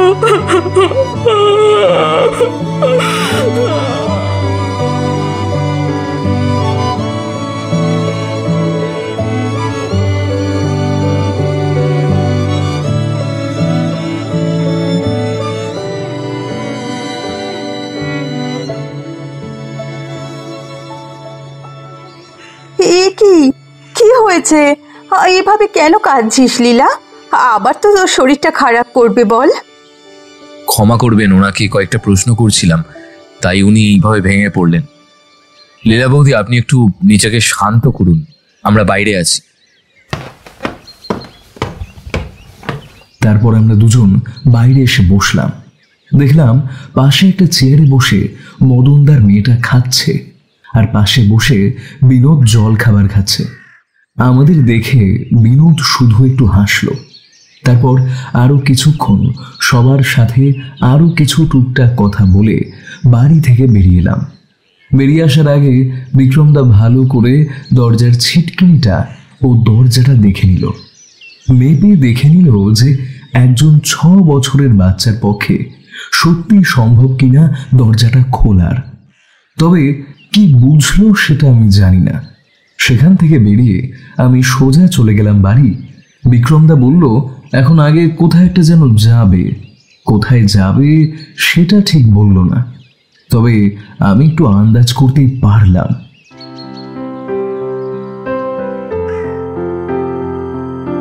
আজ কালী পূজা, আর এই দুর্গা পুজো কালী পুজোতেই তো আসলে প্রেমটা জমে, তাই না? তারপর এমন একটা জটিল কেস সমাধান করতে মাথা তো পরিষ্কার রাখতেই হবে।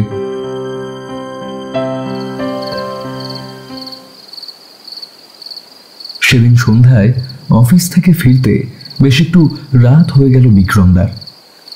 আজও সন্ধ্যাবেলায় হঠাৎ করেই অন্ধকার হয়ে বেশ একটু ঝড় ও কিছুক্ষণ বৃষ্টি হয়।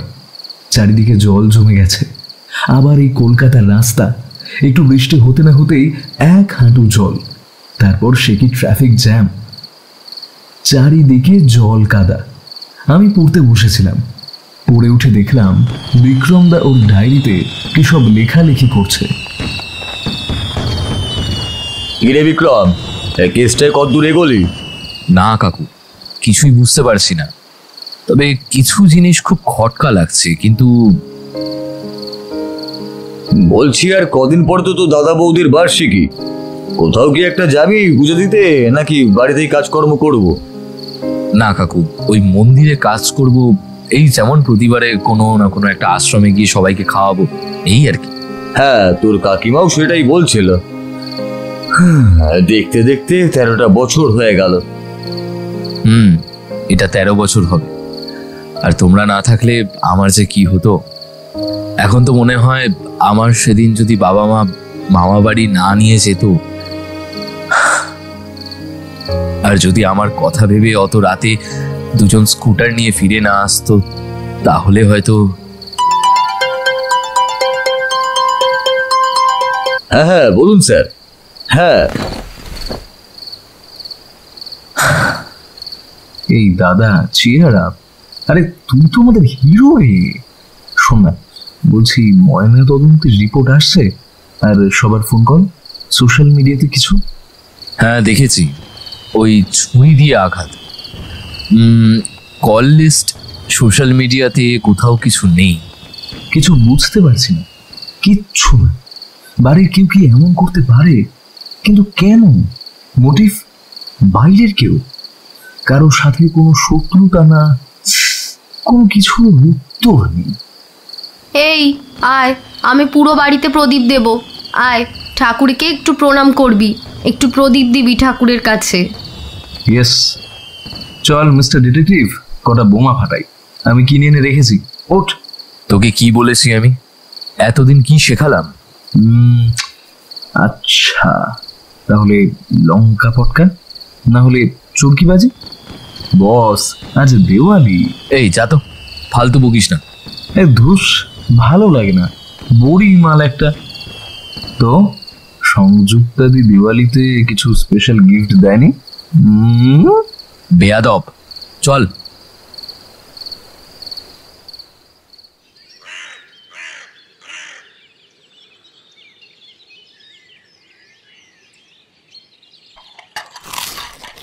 পরের দিন সকালে সবাই বসে চা জলখাবার খাচ্ছিলাম।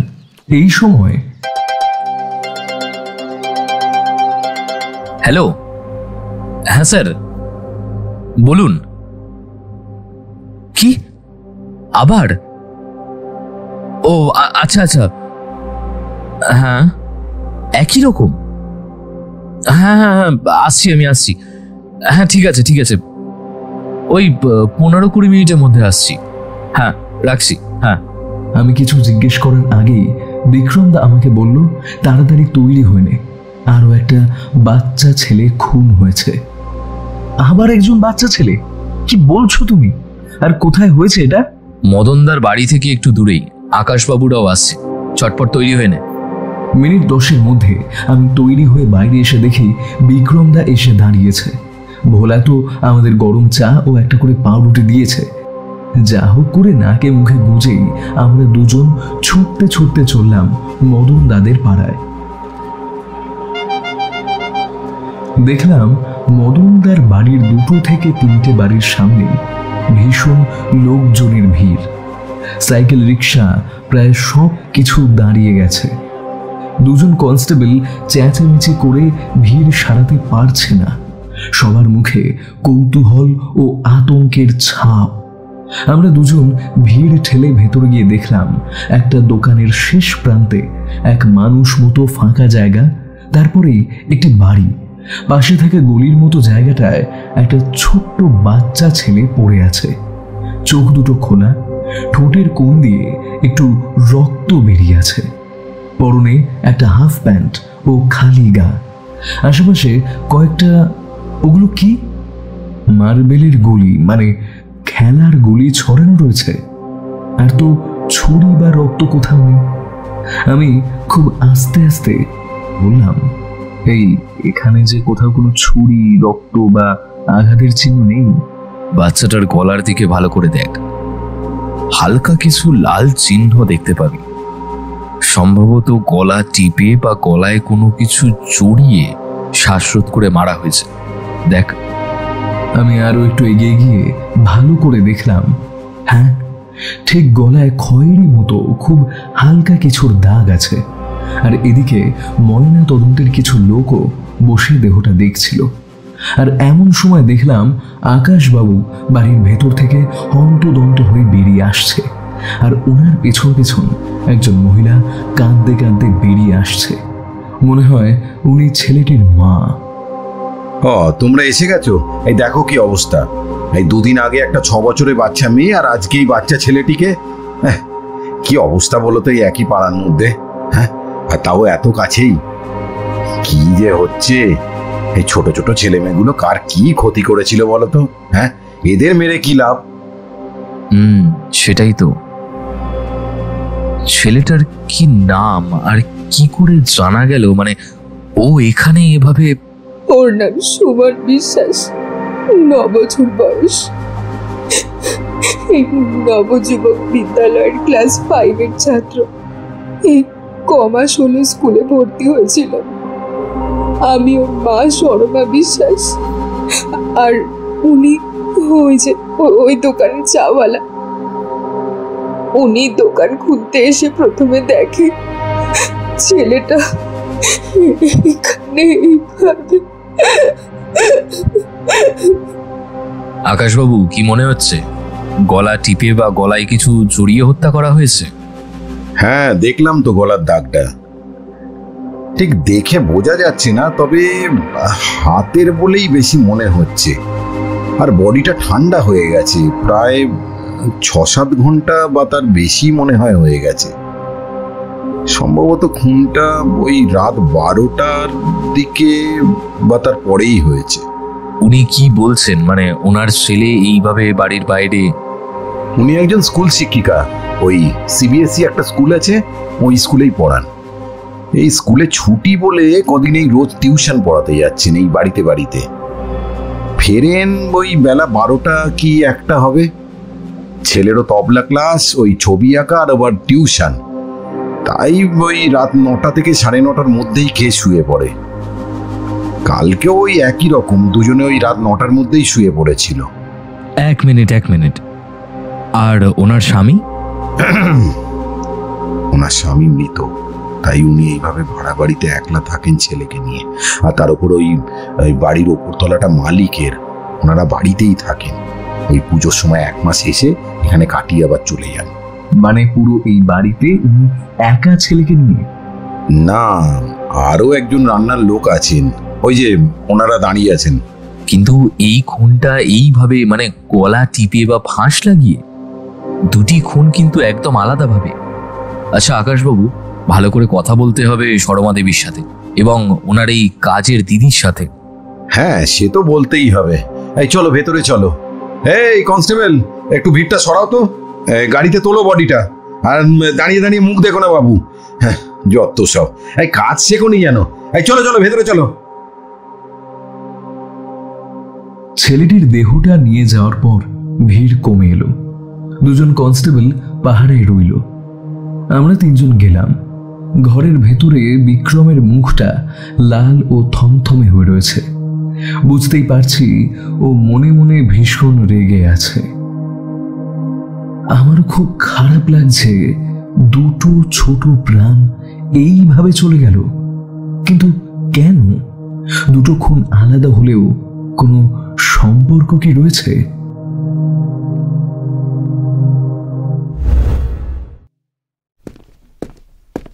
আমরা 3 জন ও পেছনে একজন কনস্টেবল ভেতরে ঢুকলাম।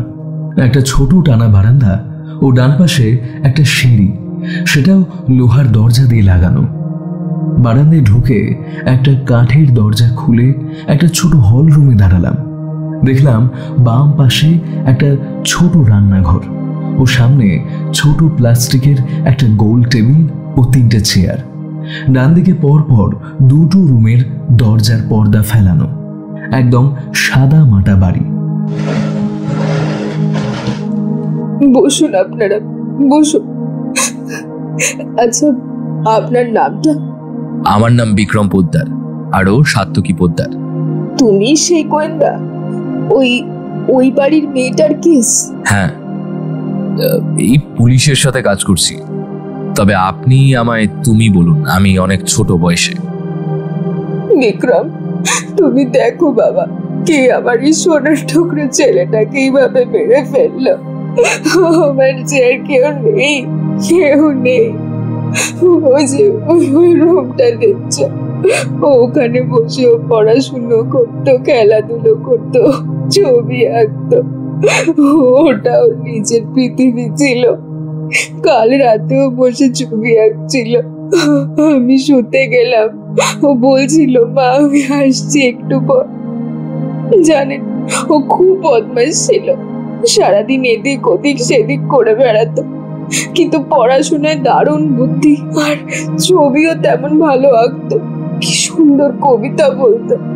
কিন্তু এইভাবে ওকে খুন করে আমার ছোট্ট ছেলেটাকে। আপনি চেনেন ওই পাশের বাড়ির ওই মদন ওনাদের আর ওনাদের মেয়েদের? চিনি, মানে মাঝে মাঝে ওই টুকটাক কথা হয়, গল্পও করি দাঁড়িয়ে। ওই মৌলি বৌদির সাথে এক পাড়ায় থাকি। তারপর একা মা, বুঝতেই তো পারছেন, সেইভাবে কারোর সাথে আমি মিশি না, কথাও হয় না। ওই স্কুল থেকে বাড়ি ফিরে এসে ছেলের পড়াশুনো আর টিউশন পড়ানো, আর তারপরে বাড়ি গুছানো, এইসবই। ওই দুজন যে আছে, মানে আপনাকে? হ্যাঁ, ওরা সকালেই আসে। একজন পুরো ঘর মোছা পরিষ্কার আর ঝাড় দেওয়া করে, আর আরেকজন আমাকে রান্নাঘরে সাহায্য করে, ওই ছেলের টিফিন বানাতে। সবকিছু তো না হলে একা হাতে করা যায় না, তবে রাতে সব রান্না আমিই করি। আপনার স্বামী তাহলে মানে কিভাবে ওনার মৃত্যু হয়েছিল? আমার শ্বশুর বাড়ি ওই হাওড়ার একটা গ্রামে। সেখানে পুরনো বাড়িতে আমার অসুস্থ শাশুড়ি মা, স্বামী আর আমি আর আমার ছেলে থাকতাম। শাশুড়ি মাকে ডাক্তার দেখাতে গিয়ে যাওয়ার সময় ওই বারুইপুরের দিকে একটা জায়গায় রোড দুর্ঘটনায় ওদের দুইজনেরই রাস্তাতেই মৃত্যু হয়।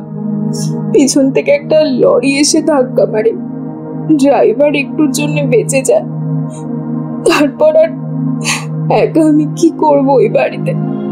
গিয়েছিলাম বাপের বাড়ি, কিন্তু দাদারা কেউই আমার জায়গা দেয়নি। তাই অনেক কষ্টে দাদাকে বলে তারই একজন বন্ধুর সাহায্যে আমি স্কুলে চাকরিটা পাই। তারপর থেকে ছেলেকে নিয়ে এই আমার প্রতিনিয়ত একা লড়াই। একা একটা মেয়ে এই সমাজে একটা ছেলেকে মানুষ করা আর একা বেঁচে থাকা যে কতটা কঠিন। আর যার জন্য লড়াই, সেই ছেলেটাকেই কোনো একটা শয়তান। মানে আপনাদের কি কোনো শত্রু বা এমন কেউ যার সাথে আপনার ছেলের? না না, সেটা কি করে সম্ভব? 3 কুলে আমাদের কেউ নেই, আর শত্রু থাকা তো অনেক দূরের কথা। তাছাড়া আমার ছেলে স্কুলে যায়, স্কুল থেকে এসে বাড়িতেই থাকে। বাড়ির বাইরে ও তেমন বেরায়ও না। কোথায় বা খেলবে বলুন তো? রাস্তা বাজারে মাঝে মাঝে ওই বাড়ির মেয়েদের সাথে একটু দাঁড়িয়ে কথা বলতো, গল্প করতো। ওই মাঝে মাঝে আমাদের বাড়িতেও ওরা আসতো, সবাই বসে একসঙ্গে ছবি আঁকতো, খেলতো, আবার চলে যেত। আবার খুব কমই যেত আমার ছেলে ওদের বাড়িতে। ভীষণ উজ্জ্বল একটা ছেলে ছিল। তাহলে আগেও কি আপনার ছেলে এভাবে রাতে হুটহাট করে বাইরে চলে যেত? না, আমি তো সেরকম কিছু জানি না। কালকে রাত্রেও কেন গিয়েছিল আর কখন গিয়েছিল আমি সত্যি কিছু জানি না।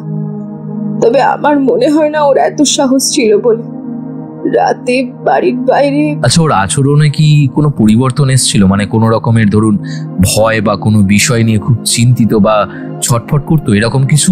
না। আচ্ছা বৌদি, আপনার ছেলে কি গুলি খেলতো? মার্বেলের খেলার গুলি? ওর কাছে কতগুলো গুলি দেখলাম। খুব ভালো প্রশ্ন করেছিস সেটা তুই। ওকে তো আমি মার্বেলের গুলি ওইসব খেলতে দেখিনি। ও যে মার্বেলের গুলি কি সেটাই জানে, সেটাই তো আমি জানি না। আমি তো দেখিনি ওর কাছে কখনো ছিল বলে। হঠাৎ করে কোত্থেকে এলো ওসব মার্বেলের গুলিগুলো? ও শেষ কবে বাড়ির বাইরে বেরিয়েছিল? মদনদার বাড়িতে খুন হয়েছে বলে আমি 2 দিন ওকে বাইরে বেরোতেই দিইনি। তবে কাল বিকেলের দিকে একবার বাইরে বেরিয়েছিল। ওই পাড়ার মোড়ে কয়েকটা ছেলে ছিল, ওখানে দাঁড়িয়েছিল কিছুক্ষণ, তারপর বাড়ি চলে আসে। ঠিক আছে, আমরা আসছি। আপনারা যদি কিছু প্রশ্ন করতে চান করুন, আমরা আসি তাহলে এখন। আরে না না না না, আমার আর কিছু প্রশ্ন নেই। যা প্রশ্ন করেছে এতেই হবে। আর সেরকম হলে পরে আবার একবার না হয় ভাবা যাবে। হ্যাঁ, এই চলো চলো বাইরে চলো। আমরা 3 জন বাড়ির বাইরে এসে দাঁড়ালাম। দেখলাম বিক্রমদার ভুরু দুটো অসম্ভব কুঁচকে আছে। ও কিছু একটা ভাবছে। আকাশবাবু, রিপোর্টটা? আমি থানায় গিয়ে চেষ্টা করছি যাতে আজ বিকেলে বা ওই সন্ধ্যের মধ্যেই চলে আসে। এই যত তাড়াতাড়ি সম্ভব যেন এই কাজটা সেরে ফেলা যায়, আমি সেটাই দেখার চেষ্টা করছি। আর আমি সত্যি ভাবতে পারছি না কেউ কেন এই হঠাৎ 2 দিনের মধ্যে একই পাড়ার একটা ছেলে আর একটা বাচ্চা মেয়েকে খুন করবে। হ্যাঁ, সেটাই তো বড় অদ্ভুত। প্রথমে যখন বাচ্চা মেয়েটির কি হয়েছিল ভেবেছিলাম হয়তো কোনো বাড়ির শত্রু বা সেই রকম কেউ হলেও হতে পারে, কিন্তু সেটা না। যেই খুন করেছে সবাইকে বাড়ির বাইরে রাতের অন্ধকারে এভাবে বাইরে নিয়ে এসে, না, খুব অদ্ভুত ব্যাপারগুলো। আচ্ছা, একজন না হয়ে কি আলাদা লোকও হতে পারে? হ্যাঁ, সেটাই ভাবছি আমি। রাতের অন্ধকারে কেউ বা কারা এসে 2 বাচ্চাকে এইভাবে। তবে এখানে কিন্তু ছেলে মেয়ে কোনো ব্যাপার নেই, বা বয়সও না, খুনের প্যাটার্নও এক না। খুব ভালো ভেবেছি সেটা। এটা কোনো সিরিয়াল কিলিং না। তবে কেউ কেন মারবে?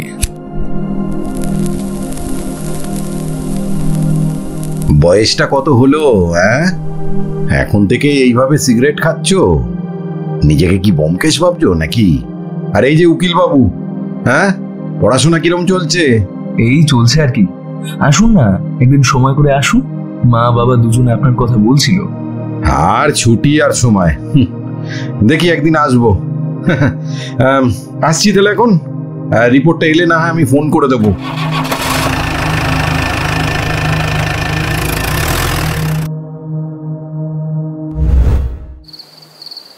সন্ধ্যাবেলায় বিক্রমদা হল রুমে বসে কিছু কাগজপত্র দেখছে। জিজ্ঞাসা করতে বলল, এগুলো সব ময়না তদন্তের রিপোর্ট। দুজনেরই মৃত্যুর সময় 12টা থেকে রাত 2টোর মধ্যে। কোনো রকমের কোনো শারীরিকভাবে মানসিক আঘাত নেই। হঠাৎ করে দুজনকে খুন করা হয়েছে, আর সুমনকে গলা টিপে হত্যা করা হয়েছে। তবে হাতের আঙুলের অস্পষ্ট ছাপ দেখে মনে হচ্ছে কোনো বয়স্ক বা বড় লোকের কাজ নাও, আবার বামন জাতীয় কারোর হতে পারে, কারণ হাতের ছাপগুলো খুবই অস্পষ্ট ও হালকা। আর আকাশবাবু নাকি খোঁজ খবর নিয়েও দেখেছে দুটো পরিবারের মধ্যে সেরকম কোনো সম্পর্ক নেই। অতীতে দুটো পরিবারের কোনো রকমের কোনো সম্পর্ক বা ঝগড়াঝাটিরও ব্যাপার নেই।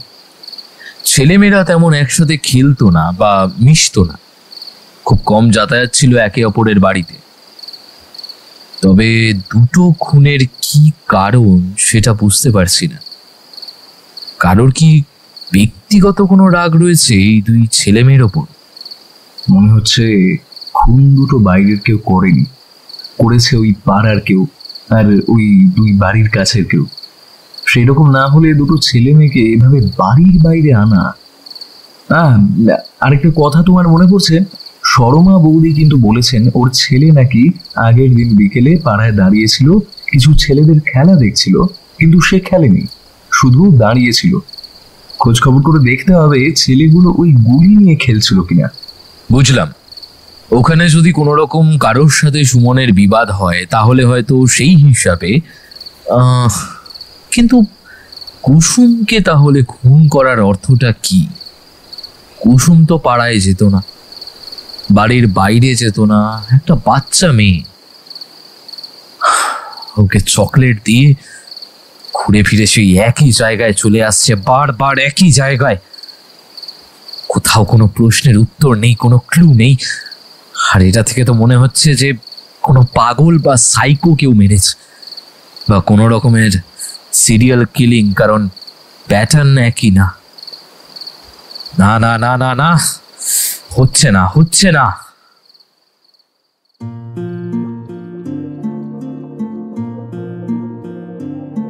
আরো 2 দিন কেটে গেল, কিন্তু তেমন কোনো সুরাহা হলো না। খোঁজ খবর করে সেই পাড়ার বাচ্চাগুলোরও খোঁজ মিলল। জানা গেল ওরা ওই পাড়ার মোড়ে মাঝে মাঝে ঘুড়ি ওড়ানো, ডাংগুলি এমন কিছু খেলে। মৃত্যুর আগের দিন সুমন কিছুক্ষণ দাঁড়িয়ে ওদের গুলি খেলা দেখছিল, কিন্তু সে পারে না বলে ওরা তাকে খেলতে নেয়নি। তবে ওরা সুমনকে কোনো গুলি দেয়নি।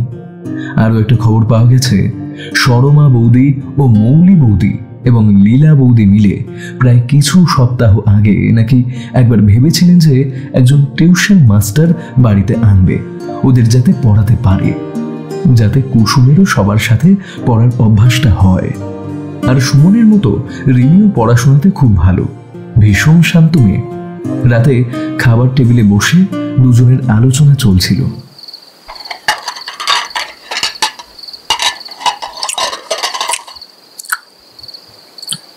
দুটো পরিবারের সম্পর্কে ভালো করে খোঁজ খবর নিয়েছি। তবে এই যে শর্মা দেবী, ওনার শ্বশুর বাড়ির বাড়িটার ওপর একজন নামী প্রমোটারের চোখ পড়েছে। তবু কুসুমের ব্যাপারটা, কুসুমের বাবার সম্পর্কে খোঁজ নিয়েছি। বিদেশে উনি কোথায় আছেন, কি ব্যাপার সেটা ঠিক বলা যাবে না। আবার বাড়ি দুটোর ওপর তো সবসময় দুজন পুলিশ চোখ রেখেছে, একজন সেই ভিকিরি সেজে আর একজন রিক্সাওয়ালা। তো আর কিছু সূত্র পেলে? না, তবে এটা তো পরিষ্কার যে কেউ বা কাদের ওই পরিবার না হলে ওদের ওপর বিশেষ আক্রোশ ছিল। তবে এটা সন্দেহ করছি আমি। সন্দেহ? কিসের সন্দেহ? রিমির ওপরও হয়তো একটা হামলা হতে পারে। খুনি 3 দিন চুপচাপ আছে, মানে যে তার কাজ হয়ে গেছে এমনটা নাও হতে পারে। তাহলে তো মৌলি বৌদিকে মদনদাকে বলতে হবে খুব সাবধানে থাকার জন্য। আর আজ রাতে কি? সেটা আমি ওদের বলেছি, তবে খুনি যদি ওদের ওপর নজর রাখে তাহলে সে সাবধান হয়ে যাবে। তবে আজ রাত নাও হতে পারে। খুনি অতি চালাক। মানে তুমি কি চাও যে মামলা হোক? তুমি কি পাগল হয়ে গেলে? না সত্য কি সেটা না, আমি চাই না মামলা হোক। তবে আমি সাধারণভাবে ওদের সবকিছু বুঝিয়ে বলে আসছি, মানে ওরা কেউ ভয় না পায় বা খুনি কোনো কিছু টের না পায়। কনস্টেবল একজন রাতে আছে। আজ আবার বেশ ঠান্ডা লাগছে, মনে হচ্ছে আবার ঠান্ডাটা পড়বে। হঠাৎ ঘুমের মধ্যে শুনলাম কোথায় দুম দুম করে শব্দ হচ্ছে, আর কেউ যেন দূর থেকে আমায় ডাকছে। তারপর মিষ্টি ঠান্ডা বাতাস একটু। হঠাৎ ডাকটা যেন আরো জোরে হলো। কার গলা?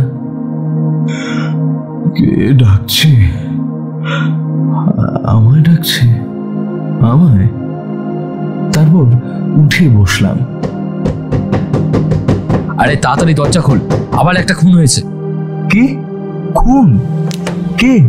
রিমি? রিমি খুন হয়েছে। এই একটু আগেও ওনারা দেখতে পেয়েছেন, আর তারপর আমাকে ফোন। সে কি? মিনিট 5-এর মধ্যে মুখ হাত ধুয়ে একটা জামা গায়ে দিয়ে প্রায় ছুটে গেলাম মদনদার পাড়ায়। চারিদিকে বেশ কুয়াশা, একটা হালকা ঠান্ডা মিষ্টি হাওয়া দিচ্ছে। গা হাত শিরশির করে উঠল। আরে আপনাদেরকে বারবার বলেও কি আপনাদের কথা কানে যায় না? আরে সরে দাঁড়ান, এখানে কোনো সার্কাস হচ্ছে না, আর কোনো খেলা দেখানো হচ্ছে না। একটা ছোট বাচ্চার মৃত্যু হয়েছে, আর আপনারা এইভাবে দাঁড়িয়ে দাঁড়িয়ে জটলা করছেন। আমি সেই ভিড় ঠেলে ভিতরে গিয়ে দেখলাম যেই জায়গায় কুসুমের দেহ পড়েছিল ঠিক সেই একই জায়গায় রিমির দেহটা পড়ে আছে। কিন্তু কি বিভৎস অবস্থা! রাস্তার ধুলো বালি নোংরা লেগে চারদিকটা রক্তে মাখামাখি হয়ে আছে। মেয়েটার চুলে, মুখে, গায়ে ধুলো লেগে আছে। গোটা ফ্রকটা রক্তে ভিজে গেছে। আর পাশে পড়ে ওটা একটা ছুরি। খুনি এবারে খুন করে ছুরিটা এখানে ফেলে রেখে গেছে। এবারও ছুরি দিয়েই খুন করেছে। পেটে কি ছুরিটা গেঁথেছে?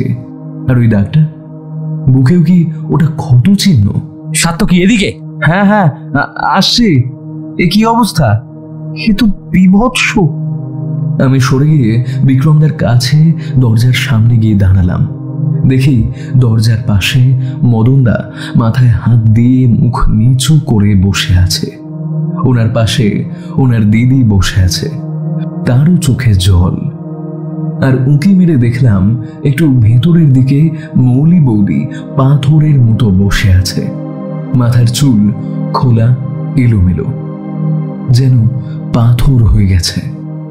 আর ওনার পাশে বসে আছে লীলা বৌদি।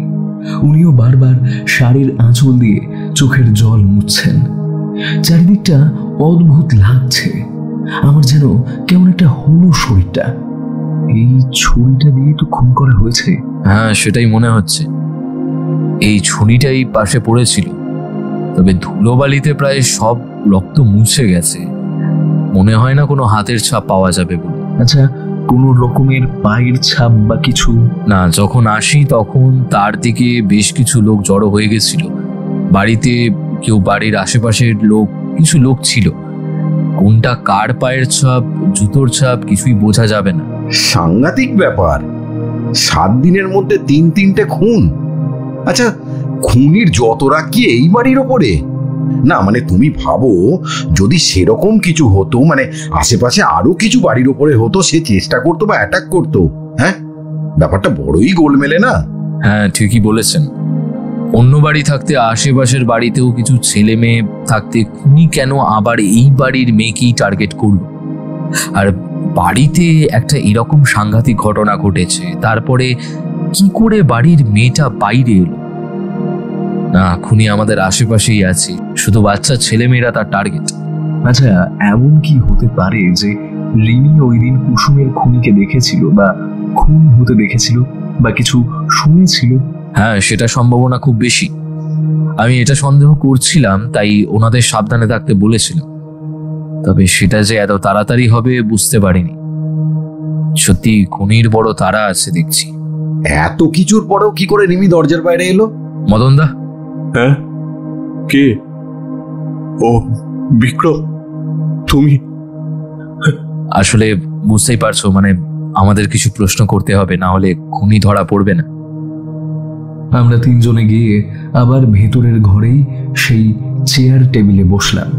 সবাই একসাথেই বসল। মৌলি বৌদি এখনো পাথরের মতো চুপচাপ আছে। আচ্ছা, লীলা দেবীর কথায় না হয় বোঝা যায় যে উনি ঘুমের ওষুধ খেয়ে ঘুমোন, আর তাই বুঝতে পারেননি যে কখন ওনার মেয়ে ওনার পাশ থেকে উঠে এসেছেন। হ্যাঁ, কিন্তু আপনারা দুজন? আসলে কাল একবার অফিস গিয়েছিলাম, অনেকদিন পর গেলাম, আর কাজেরও খুব চাপ ছিল। আর মৌলি তো এমনিতেই অনেক সকালে ওঠে, তারপর বাড়িতে এমন একটা পরিস্থিতি চলছে, লীলারও শরীর তো কদিন ধরে খুব অসুস্থ। সারাদিন মৌলি ওকে দেখছে। দিদি তো সারাদিন পূজা পার্বণ এসব নিয়েই থাকে। কাল সবাই 10টার মধ্যে খেয়ে শুয়ে পড়েছিলাম। বেশ ঠান্ডা বাতাস দিচ্ছিল রাতে, তাই জানলাগুলো খুলে দুজনে শুয়ে পড়ি। তখন ভেবেছিলাম রিমিমা ঘুমিয়ে পড়েছে। আচ্ছা, ওর ব্যবহারে কোনো রকম কিছু অদ্ভুত, মানে কিছু নিয়ে কি ভয় পেয়েছিল বা কারোর কথা বলেছিল? না, আমি তো সেই রকম কিছু। এই মৌলি, ওদের প্রশ্নগুলোর উত্তর দাও। না, আমি জানি না, ও স্বাভাবিক ছিল। ও বলেছিল, মনে পড়েছে আমার। কাল দুপুরে আমি আমার ঘরে শুয়েছিলাম, এসে বলল, কাকিমা তুমি কেঁদো না, জাদুকর বলেছে ম্যাজিক দিয়ে ও বোনকে ঠিক এনে দেবে। আবার আমায় বলেছে ও, আমি বাচ্চার কথা বলে কিছু না ভেবে বলেছিলাম যাও শুয়ে পড়ো। তখন ও আবার বলল, তুমি জানো কাকিমা, জাদুকর রাতে আসে, আজও আসবে। আমি তখন একটু বিরক্ত হয়েছিলাম, পাশ ফিরে আবার শুয়ে পড়েছিলাম। আমিও তো ভেবে দেখিনি এগুলো।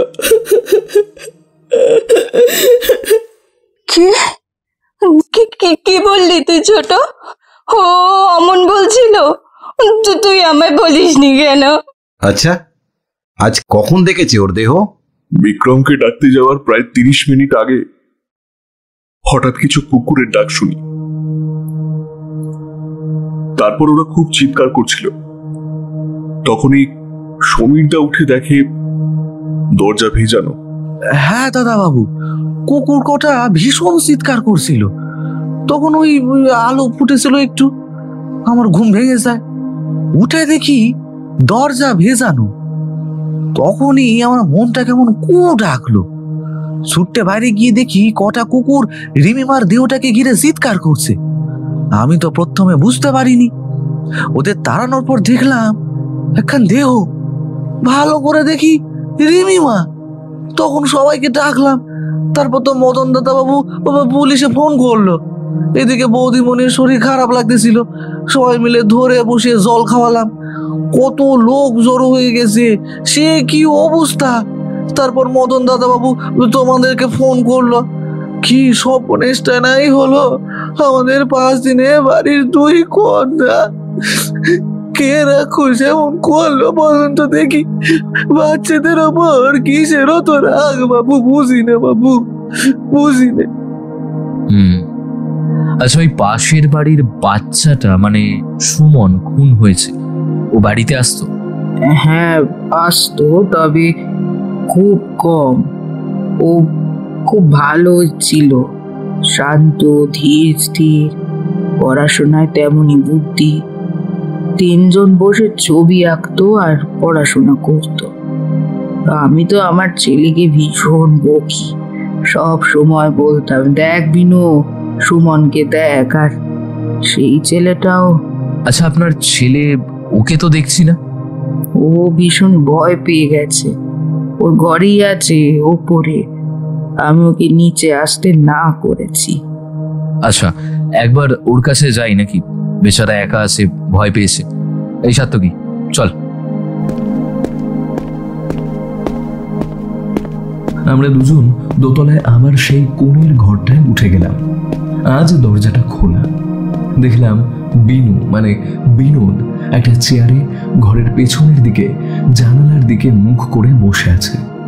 পুরো বিছানায় কিছু বই খাতা ছড়িয়ে পড়ে আছে, টেবিলটাও অগোছালো। বিনোদ, আসবো? হ্যাঁ, কে? ও আপনারা আসুন আসুন। আজ বিনোদকে বড় অদ্ভুত দেখালো। চোখ মুখ শূন্য, একদম সাদা হয়ে গেছে, চুলগুলো এলোমেলো, গলারও স্বর কেমন যেন। না, বাচ্চাদের উপর খুব বেশি মানসিক চাপ যাচ্ছে। একসাথে ভাই বোনের বড় হওয়া, একসাথে খেলা, আর এই কদিনে এমন বসে আছো কেন? কি আর করবো বলুন, ওরা তো চলে গেল দুজনে। এই বলে বিনোদ আবার পাশে চেয়ারে বসলো। আমরা দুজন বিছানায় বসলাম। বিক্রম এক দৃষ্টিতে ওর দিকে তাকিয়ে আছে।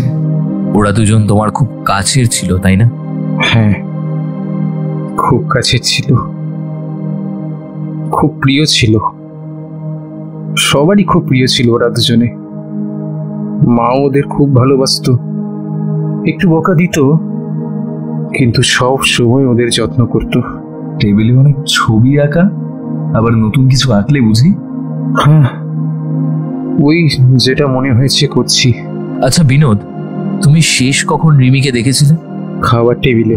তারপর আর দেখোনি ওকে ওপরে আসতে? না। আচ্ছা, তুমি কোনো জাদুকরকে চেনো? মানে রিমি কখনো কোনো জাদুঘর বা এমন কিছু বলেছিল? কই না তো, এমন কিছু তো শুনিনি। এই বলে বিক্রমদা উঠে ঘরের চারদিকটা পায়চারি করতে লাগলো, আর ভালো করে সব কিছু দেখছিল। বিনোদের ছবি আঁকার পেজগুলো দেখছিল। ও কি কিছু ভাবছে, কোনো সূত্র পাচ্ছে না। তাহলে বিনোদ, আমরা আসছি। তোমার যদি কিছু মনে পড়ে তাহলে আমাদেরকে বলো একবার। তারপর আমরা রুম থেকে বেরিয়ে পাশে ছাদে গিয়ে দাঁড়ালাম।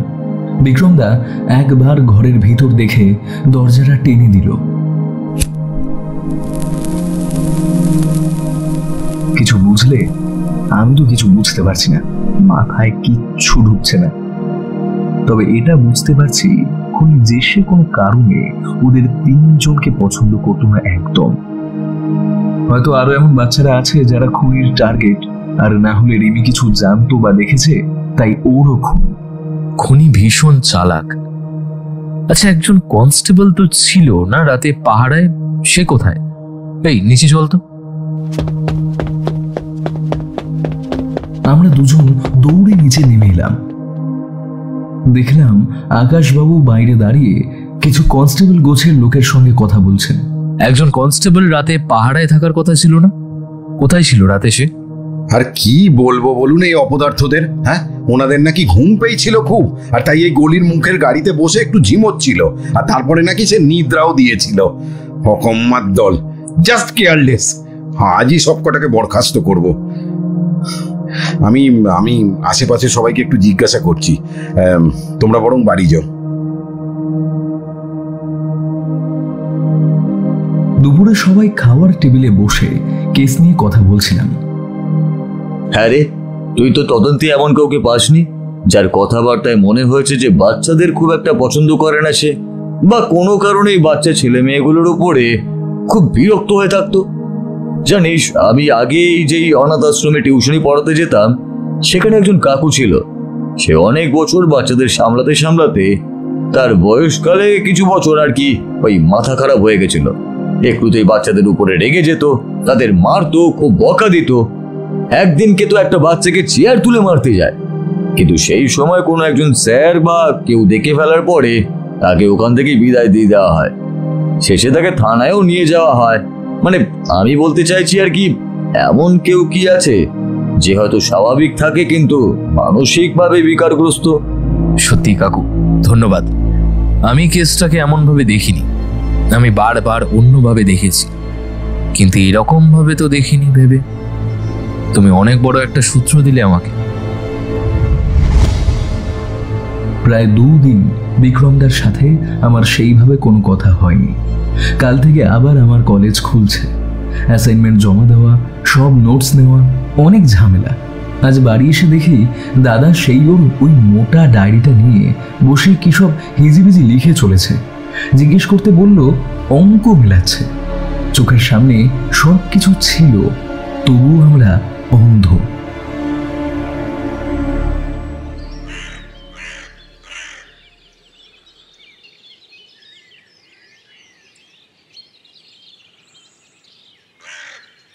পরের দিন উঠে জল খাওয়ার টেবিলে বসে বলল,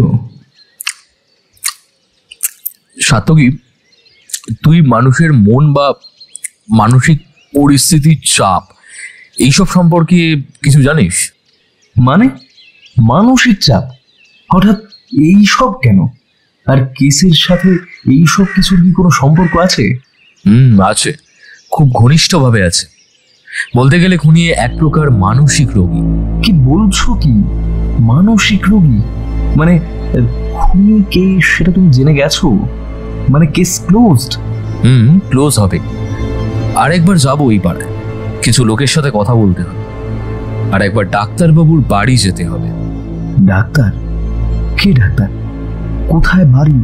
আর তোমার কিছু হয়েছে? না, আমার না, তবে ওই পাড়ার মোড়ে একজন ডাক্তার বসেন, ওনার সাথে কথা বলতে হবে। আর তোর একটা কাজ আছে। কি কাজ? ছদ্মবেশ, সাত্তকি, পাগল ভিখিরির ছদ্মবেশ। আবার তাও পাগল? তোর সাথে একজন কনস্টেবলও থাকবে। তোদের কাজ হবে শুধু ওই দুই বাড়ির ওপর নজর রাখা, আর যে বা যারা আসবে ওই বাড়িতে তাদের পিছু করা। পুলিশ জিপও থাকবে একটু দূরে। তুমিও তো যাবে ওদিকে? হ্যাঁ, আমি যাব, তবে এগুলো তোর কাজ বিকেল অবধি। সন্ধে প্রমাণ সহ খুনি ধরা পড়বে। রুমে সব সাজ সরঞ্জাম রাখা আছে, তৈরি হয়ে বেরিয়ে পড়। আর একটু জল খাবার খেয়ে নে। একদম দেখা হবে ওই পাড়ায়। আমি বেরোলাম, টাটা।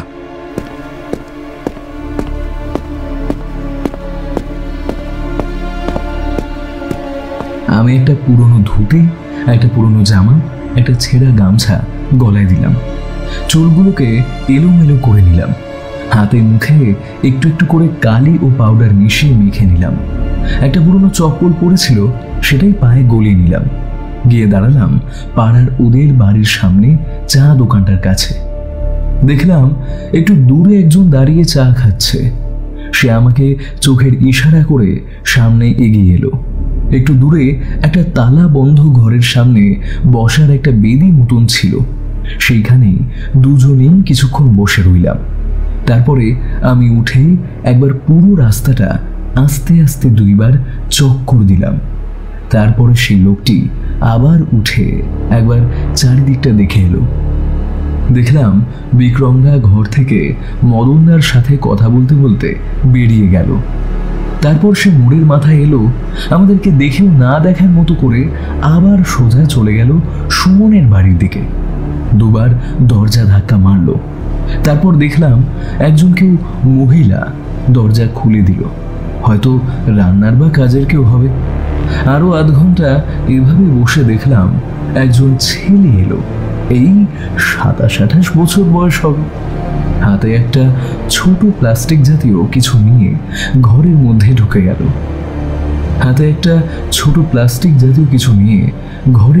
ঢুকে গেল।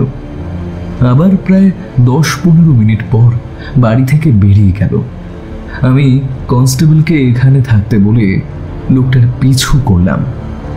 পাড়ার মোড় থেকে বেরিয়ে মেইন রাস্তায় উঠল। সেখান থেকে আরো কিছুটা হেঁটে যাওয়ার পর দেখলাম একটা গলির মধ্যে ঢুকলো। সেখানে একটা দোকান, লেখা আছে গাছগাছালি বিভিন্ন জড়িবুটি দিয়ে সব রকম রোগের নিরাময় করা হয়। এটা আয়ুর্বেদিক ঔষধ দোকান।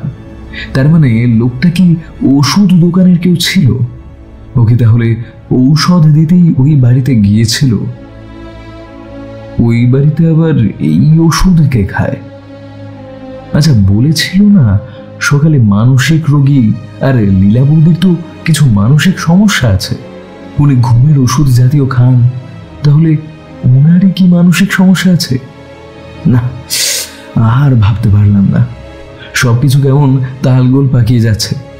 আরো কিছুক্ষণ দোকানের সামনে দাঁড়িয়ে থেকে আবার হেঁটে এলাম সেই চায়ের দোকানের কাছে। মনে হয় বিক্রমদা ফিরে গেছে, কিন্তু ও গেল কোথায়? বাড়ি না অন্য কোথাও? প্রায় দুপুর 1টার দিকে ঘরে ফিরে গেলাম। স্নান করে দেশি মুরগির ঝোল ভাত খেয়ে বসলাম, তখন বিক্রমদা ফেরেনি। এদিকে আমার চিন্তা হতে শুরু করলো। প্রায় দুপুর 3টে ফিরে এলো। স্নান সেরে খেয়ে দে একটা হাসি দিয়ে সিগারেট ধরিয়ে বলল, কিছু পেলি?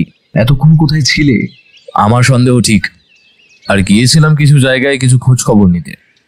দাঁড়া, আকাশবাবুকে বলে দিই ওই ওষুধ দোকানের লোক পাঠিয়ে খবর নিতে।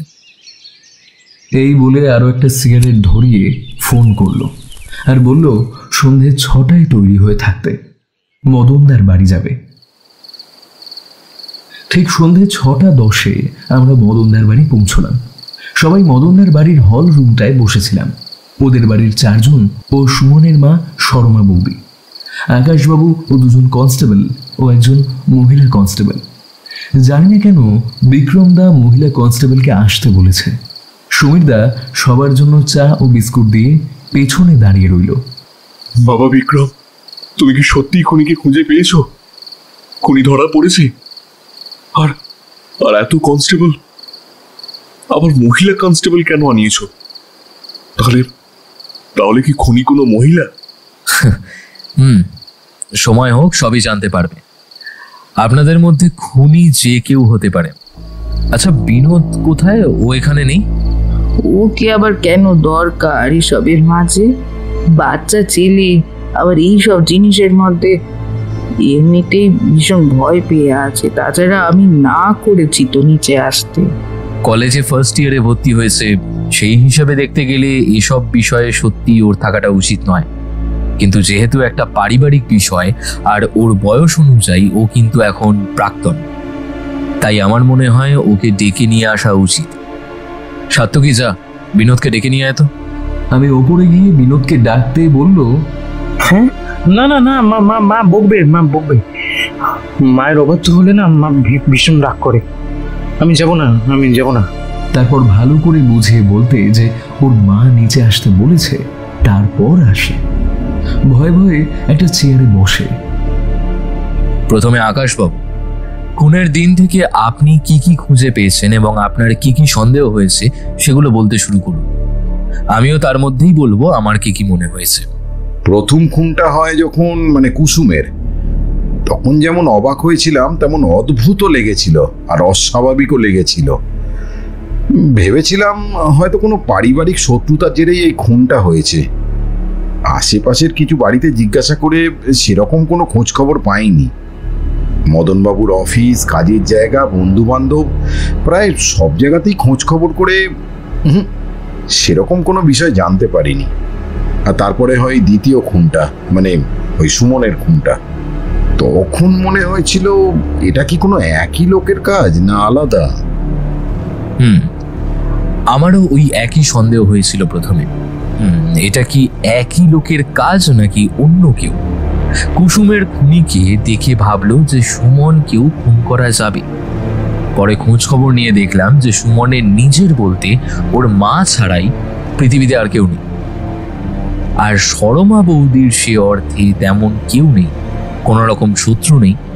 তবে একজন প্রমোটার আছেন যিনি আপনার শ্বশুর বাড়িটি কিনতে চান।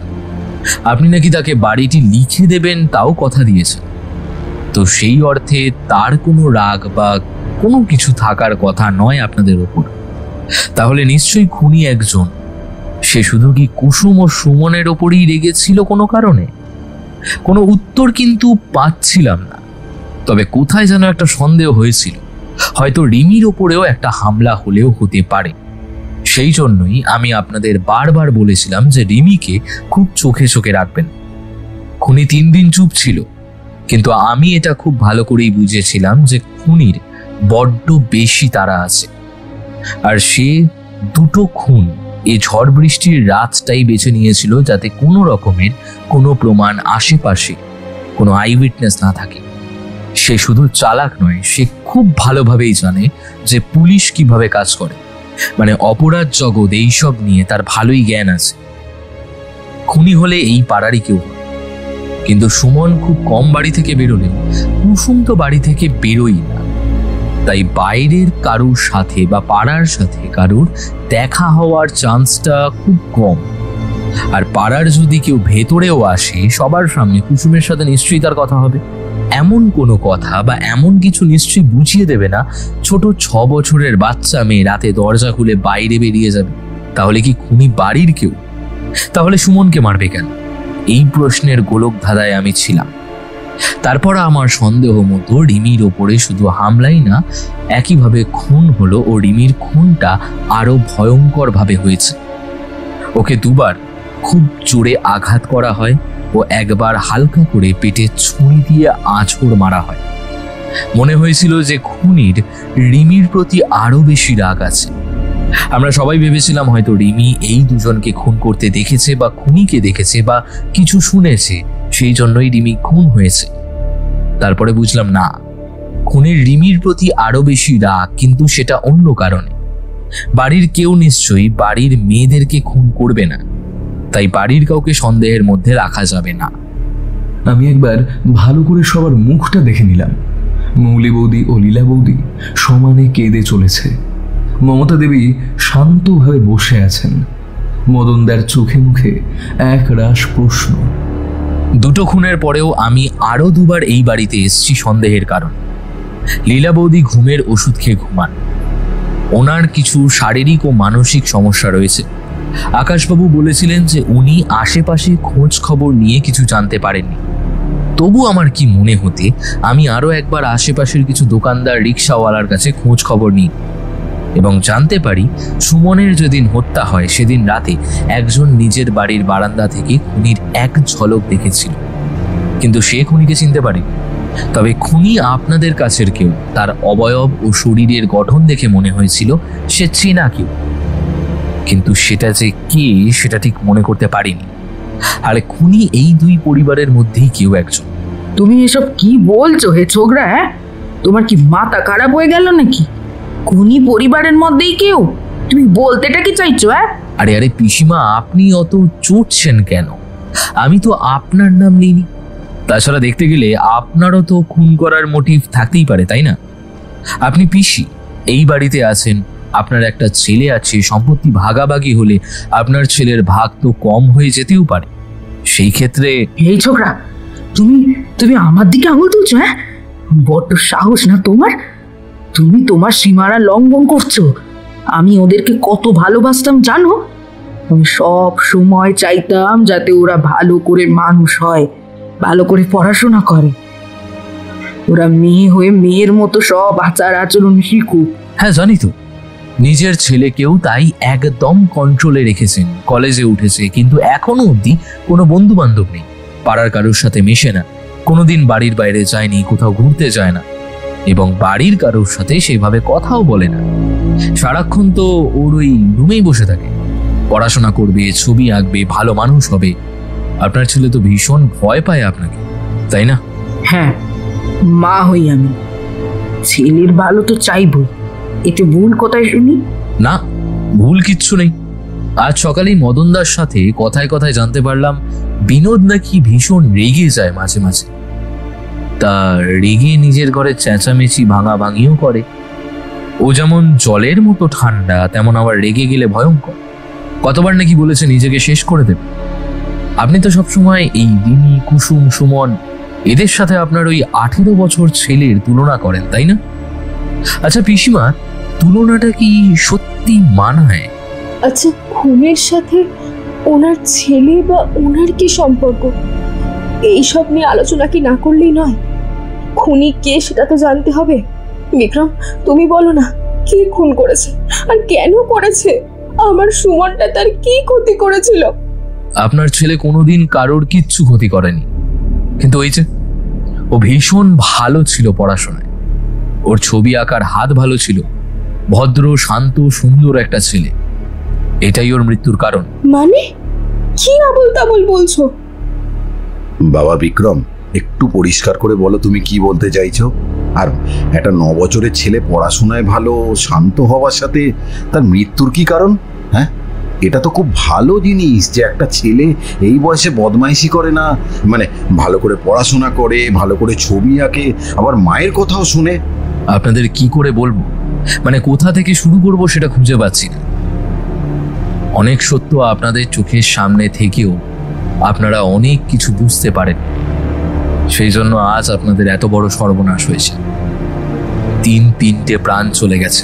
বাবা বলো তুমি, কে খুন করেছে? যদি আমাদের মধ্যে কেউ হয় তো তুমি তাই বলো। 3টে খুন মমতা পিসি আপনার ছেলে বিনোদ করেছে। কি? বিনোদ? বিনোদ খুব ভালোবাসতো আমাদের মেয়েদেরকে। কি বলছো বিক্রম? তোমার কিন্তু কোথাও ভুল হচ্ছে। আমি দেখলাম বিনোদ তেমনি চুপচাপ শান্তভাবে বসে আছে। তার মধ্যে কোনো রকম ভয়, আতঙ্ক বা চিন্তা নেই। পাথরের মতো বসে আছে সে। আমরা সবাই অবাক হয়ে তার দিকে দেখলাম, কিন্তু তার কোনো ভ্রুক্ষেপ নেই। হ্যাঁ, 3টে খুন বিনোদ করেছে। বিনোদ মানসিকভাবে অসুস্থ, সেটা আপনারা সবাই কম বেশি জানেন। আর সব থেকে বেশি জানেন মমতা দেবী, তাই না? আপনার জন্য আপনার ছেলের আজ এই অবস্থা। সামান্য কারণে ওর মনে ও মাথায় জন্মানো রাগ, প্রতিহিংসা থেকে 3টে খুন করলো। 3টে শিশুর প্রাণ নিয়েছে ও। হ্যাঁ, ওর 18 বছর বয়স, কিন্তু 3টে খুনই ও করেছে। আমার কাছে সমস্ত রকম প্রমাণ রয়েছে, আর কিছু প্রমাণ আমি আকাশবাবুকে দিয়েও দিয়েছি। কি করে এমন হলো? মানে বিনোদ, আমাদের বিনোদ? বিনু, এই বিনু, বাবারে চুপ করে আছিস কেন? বল না, কিছু বল। আমি যখন যেমন যেটা বলি তুই তো তাই করিস। আমার ভালো ছেলে তো তুই। হ্যাঁ, তোর মতো কেউ তো হতে পারে না বাবা। বল না, বল, কিছু বল। এরা সবাই তোর নামে মিথ্যে কথা বলছে, আমি জানি। তুই মুখ খোল। হ্যাঁ, আমি তো তোমার ভালো ছেলে। হ্যাঁ, আমার মতো কেউ হতে পারবে না। না, আমি কারোর মতো কোনোদিন ছিলাম না, কোনোদিন হতে পারিনি আমি কারোর মতো। ভালো ছেলে নই মা, আমি তোমার ভালো ছেলে নই। তোমার মনের মতো আমি কোনোদিন হতে পারবো না। হ্যাঁ, কোনোদিন পারবো না। তোমার কাছে তো ভালো ছিল ওই সুমন, কুসুম, ওই রিমি। হ্যাঁ, তাই না? ওরাই তো ভালো। সুমন কত ভালো ছবি আঁকে, কত ভালো ছবি আঁকে। রিমি কত সুন্দর পড়াশোনা করে। কুসুম কত মিষ্টি মেয়ে। আমি কি? আমি ছবি আঁকতে পারি না, পড়াশোনায় ভালো নয়। ভালো রেজাল্ট করা উচিত আমার আরো নামি কলেজে ভর্তি হওয়া উচিত ছিল, তাই না মা? ছিল তো। হ্যাঁ, সুমন মায়ের কত কথা শুনে, ছবি আঁকে ভালো প্রাইজ পায়। আমি তো পাইনি আজ অব্দি। কেন পাইনি আমি আজ অব্দি? আমি একটাও প্রাইজ পাইনি। আর প্রাইজ পেতে আমি চাই না, প্রাইজ পেতে চাই না। তুমি যে প্রমাণগুলো দিয়েছো সেগুলো কি সব ওকে নিয়েই? তুমি কি করে জানলে যে খুনটা করেছে? প্রথম দিন যখন এই বাড়িতে আমি এসেছিলাম তখনই বুঝেছিলাম যে মমতা দেবীর একটা ভীষণ কঠোর রূপ আছে। সবকিছুকে ওনার মতো করে আয়ত্তে রাখতে চান। আর যখন প্রথম বিনোদের রুমে যাই, ওর মুখে আমি কিন্তু কোনো রকমের কোনো দুঃখ দেখিনি, কোনো কষ্ট দেখিনি, কোনো ভয় বা আতঙ্ক কিছুই দেখিনি। তোর নিশ্চয়ই মনে আছে সাত্তকী, আকাশবাবু আপনিও তো দেখেছিলেন কেমন শান্ত একটা মুখ ছিল। আর টেবিলে ওর আঁকার কাগজগুলো কি দেখেছিল কেউ? আমি দুদিনই ওর রুমে গিয়ে লক্ষ্য করেছি। ওর ডার্ক ছবি আঁকে, মানে যাকে বলা যায় হয়তো অদ্ভুত সব লাল কালোতে মেশানো, বেশিরভাগ পেন্সিল স্কেচ। অদ্ভুত দর্শন মুখ, ছুরি, রক্ত, কাটা ছেঁড়া, এইসব। ফুল, পাখি বা সিনারিও খুব কমই এঁকেছে। আঁকলেও সেগুলো হয় কালো, হলুদ, লাল, বেশি এই রকমই রং, যেগুলো আমাদের মনের খুব গভীরে থাকে। তোমরা লক্ষ্য করোনি, কিন্তু দ্বিতীয় দিন যখন আমি রুমে যাই পাইচারি করার সময় আমি দেখেছিলাম। ওর রুমে একটা আলমারির মাথার দিকে একটা ট্রান্সপারেন্ট প্লাস্টিক বক্সে কিছু ম্যাজিকের টুকটাক জিনিসপত্র ছিল। প্রথম দিনে হয়তো লক্ষ্য করেছিলাম, কিন্তু লীলা বৌদি যখন বলল যে রিমি জাদুকরের কথা বলেছিল, তারপর ওর রুমে যাওয়ার পর ব্যাপারটা আরো বেশি আমার খটকা লাগে। আর ওর রুমে পড়াশোনার বই ছাড়া তুই সাত্তকী কিসের বই যেন দেখেছিলি? সবই তো বিভিন্ন রকম গোয়েন্দা, থ্রিলার, এইসব গল্পের বই। হ্যাঁ, গোয়েন্দা, থ্রিলার, রক্ত, এইসব নিয়েই ওর আলমারি ভর্তি বই রয়েছে। আমি পাড়ায় আরো খোঁজ খবর নিয়েছি। ওকে মনে হয় 2 বছরে 2 থেকে 3 বার বাড়ির বাইরে দেখা দিয়েছে কোনো কাজ বা কিছুতে। তাও নাকি 2 বছরে পাড়ায় ওই ছেলেদের সাথে ঝগড়াঝাটি করেছে, তাও সামান্য থেকে অতি সামান্য বিষয়। একজনের তো প্রায় মেরে মাথায় ফাটিয়ে দিয়েছে। আমি কালকে ওর কলেজেও খোঁজ খবর নিয়েছি। ক্লাসের প্রথম দিনই ও কলেজের কিছু ছেলের সাথে পড়াশোনা, ভবিষ্যতে কি হতে চাও, এইসব বিষয় নিয়ে ঝগড়াঝাটি, মারপিট করে এসছে। পাড়ার মোড়ে রিক্সাওয়ালা তাদের সামনেও সামান্য থেকে সামান্য বিষয় বিভিন্ন রকম ভাবে খারাপ ব্যবহার দেখিয়েছে। আর সাত্তকী, তুই যে কাল আয়ুর্বেদিক ওষুধ দোকান দেখেছিলি আর একজন ওষুধ দিতে এসেছিল, সেই ওষুধ কিন্তু এই বিনোদের জন্যই ছিল। মমতা পিসি কিন্তু খুবই ভালোভাবে বুঝতে পেরেছিলেন যে ওনার ছেলের কিছু মানসিক সমস্যা হয়েছে।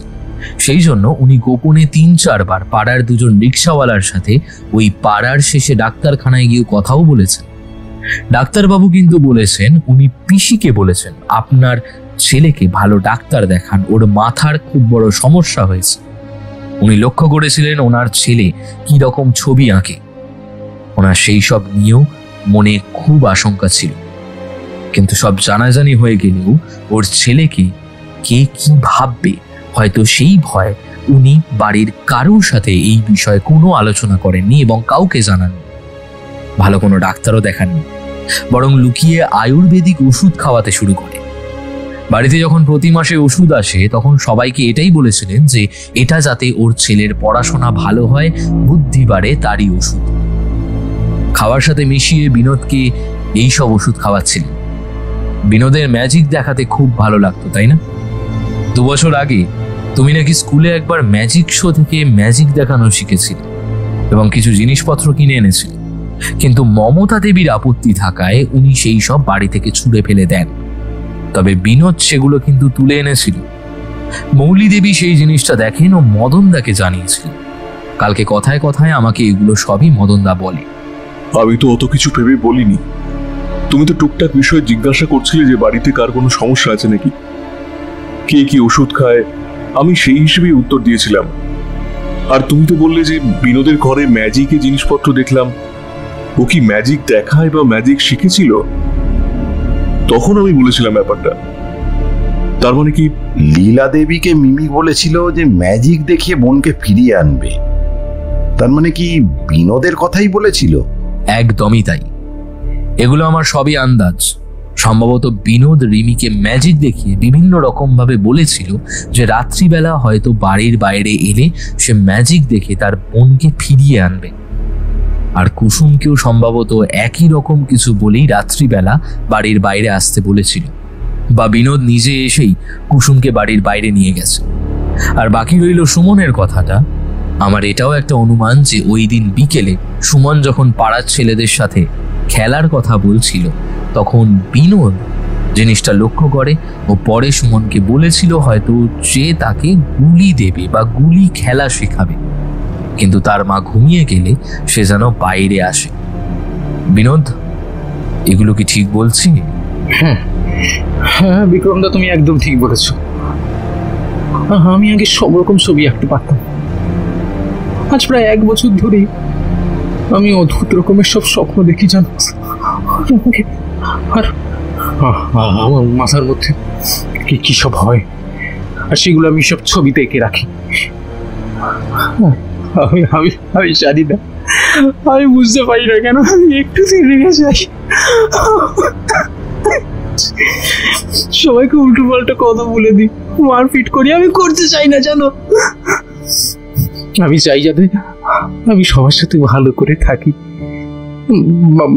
ভালো করে কথা বলতে পারি। কিন্তু আমি না ঠিক করে কথা বলতে পারি না। আমি চাই আমার বন্ধু হোক, কিন্তু যখন কেউ আমাকে নিয়ে বা পড়াশোনা নিয়ে, আমার স্বপ্ন এইসব নিয়ে কিছু বলে, আমার না কেমন একটা হয়ে যায়। আমার সহ্য হতো না জানো, চোখের সামনে ওদের তিনজনকে সব সময় হাসি খুশি এটা আমি দেখতে পারতাম। বাড়ির সবার সব সময় ওই রিমিকে আর কুসুমকে আদর যত্ন করবে, মাথায় তুলে রাখবে, ওদের পছন্দের খাবার বানাবে। আমার মাও সবসময় ওদেরকে ভালোবাসতো, আদর করতো, নিজের হাতে খাইয়ে দিত। কষ্ট হতো আমার, খুব খুব কষ্ট হতো। তারপরে আবার ওই সুমন, মাও সবসময় বলতো সুমন নাকি ভালো ছবি আঁকে, ভালো ছেলে, ওর খুব বুদ্ধি। আমার সত্যি রাগ হয়, খুব রাগ হয়। তারপরে আমি ঠিক করলাম, আমি অনেক গোয়েন্দা বই পড়েছি, আর বৃষ্টির রাতে নাকি খনি ধরা পড়ে না, তাই আমি ভেবে রেখেছিলাম যেদিন বৃষ্টি হবে আমি ওদের সবাইকে একটা একটা করে খুন করব। কুসুম তো প্রায় সারাদিন আমার রুমেই থাকতো, ওকে আমি বিভিন্ন রকম ভাবে বুঝিয়েছিলাম। ওই দিন বৃষ্টি হতে ওকে ডেকে বাইরে নিয়ে গিয়ে মেরে ফেলি। তারপর বিনোদকেও গুলি দেবো বলে ডেকেছিলাম, বলেছিলাম ওকে দেব। মা ঘুমিয়ে গেল, কিছুক্ষণ পরে চুপি চুপি বাইরে গেলাম। আর রিমি, ও আমার সাথে খেলতো না, আমার ছবি আঁকা দেখতো না, ও নিজের মতো থাকতো, ওকে সবাই খুব বেশি ভালোবাসতো। আমার খুব রাগ হতো, ঘৃণা হতো ওর ওপরে, ঘৃণা হতো। না, হতে পারে না, হতে পারে না। মিনু, আমার মিনু, তুই এসব কি বলছিস? হ্যাঁ, না না না না, তুই কিছু করিসনি, বল বল বল, তুই কিছু করিসনি, বল কি রে, বল না, বল। এইভাবে এইভাবে এইভাবে আমার সামনে নিয়ে যেতে পারবে না। মিনু, কি বলছিস তুই? পাড়ার মোড়ে সেলিমের দোকান থেকে কিছু কাঁচের গুলি ও কলেজের পড়াশোনার কাজে লাগবে বলে দুটো ধারালো ছুরি, সঙ্গে কিছু পেন্সিল, চকলেট এইসব কিনে আনে। তাই সেলিমের কিছু সন্দেহ হয়নি। দুদিন আগে আমি যখন সবাইকে জিজ্ঞাসাবাদ করছিলাম, তখন সেলিম এসে আমাকে নিজে থেকে ব্যাপারগুলো বলেছিল। আকাশবাবু, ওকে নিয়ে যান, দেখবেন ওর কেসটা যেন একটু ভালোভাবে দেখা হয়। ও সত্যি মানসিকভাবে অসুস্থ। জানি না কেন আমাদের সমাজে আস্তে আস্তে এই 14 থেকে 18, 19 বছরের ছেলে মেয়েদের এরকম একটা অস্বাভাবিক মানসিক পরিবর্তন হচ্ছে। এই একটুতেই রেগে যাওয়া, বিরক্ত হয়ে যাওয়া, ধৈর্য হারিয়ে ফেলা, এই জিনিসটা একটু বেশি হচ্ছে। একটু দেখবেন প্লিজ। আমাদের আর ভেতরে থাকতে ভালো লাগলো না, চুপচাপ বাইরে এলাম। বাইরে এসে বিক্রমদা একটা সিগারেট ধরালো। বিক্রম বাবা, এই নাও তোমার পারিশ্রমিকটা। না মদনদা, পারিশ্রমিক লাগবে না, দয়া করে এটা করবেন। 3টে বাচ্চার হত্যাকারীকে ধরে যেমন ভালো লাগছে, তেমন আরেক দিকে বিনোদের এই অবস্থা দেখে সত্যি খুব খারাপ লাগছে। আজ আসছি, নমস্কার। এই যে শুনছো, একটু দাঁড়াও না ভাই।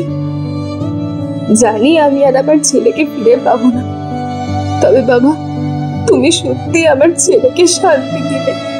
ওর খুনি কে সেটা তুমি ধরেছো বাবা, এটা তুমি নাও, না হলে যে আমার শান্তি হবে না গো। তুমি না করো না, এটা এটা নাও বাবা। এই বলে উনি একটা ছোট খাম হাতে ধরিয়ে দিলেন।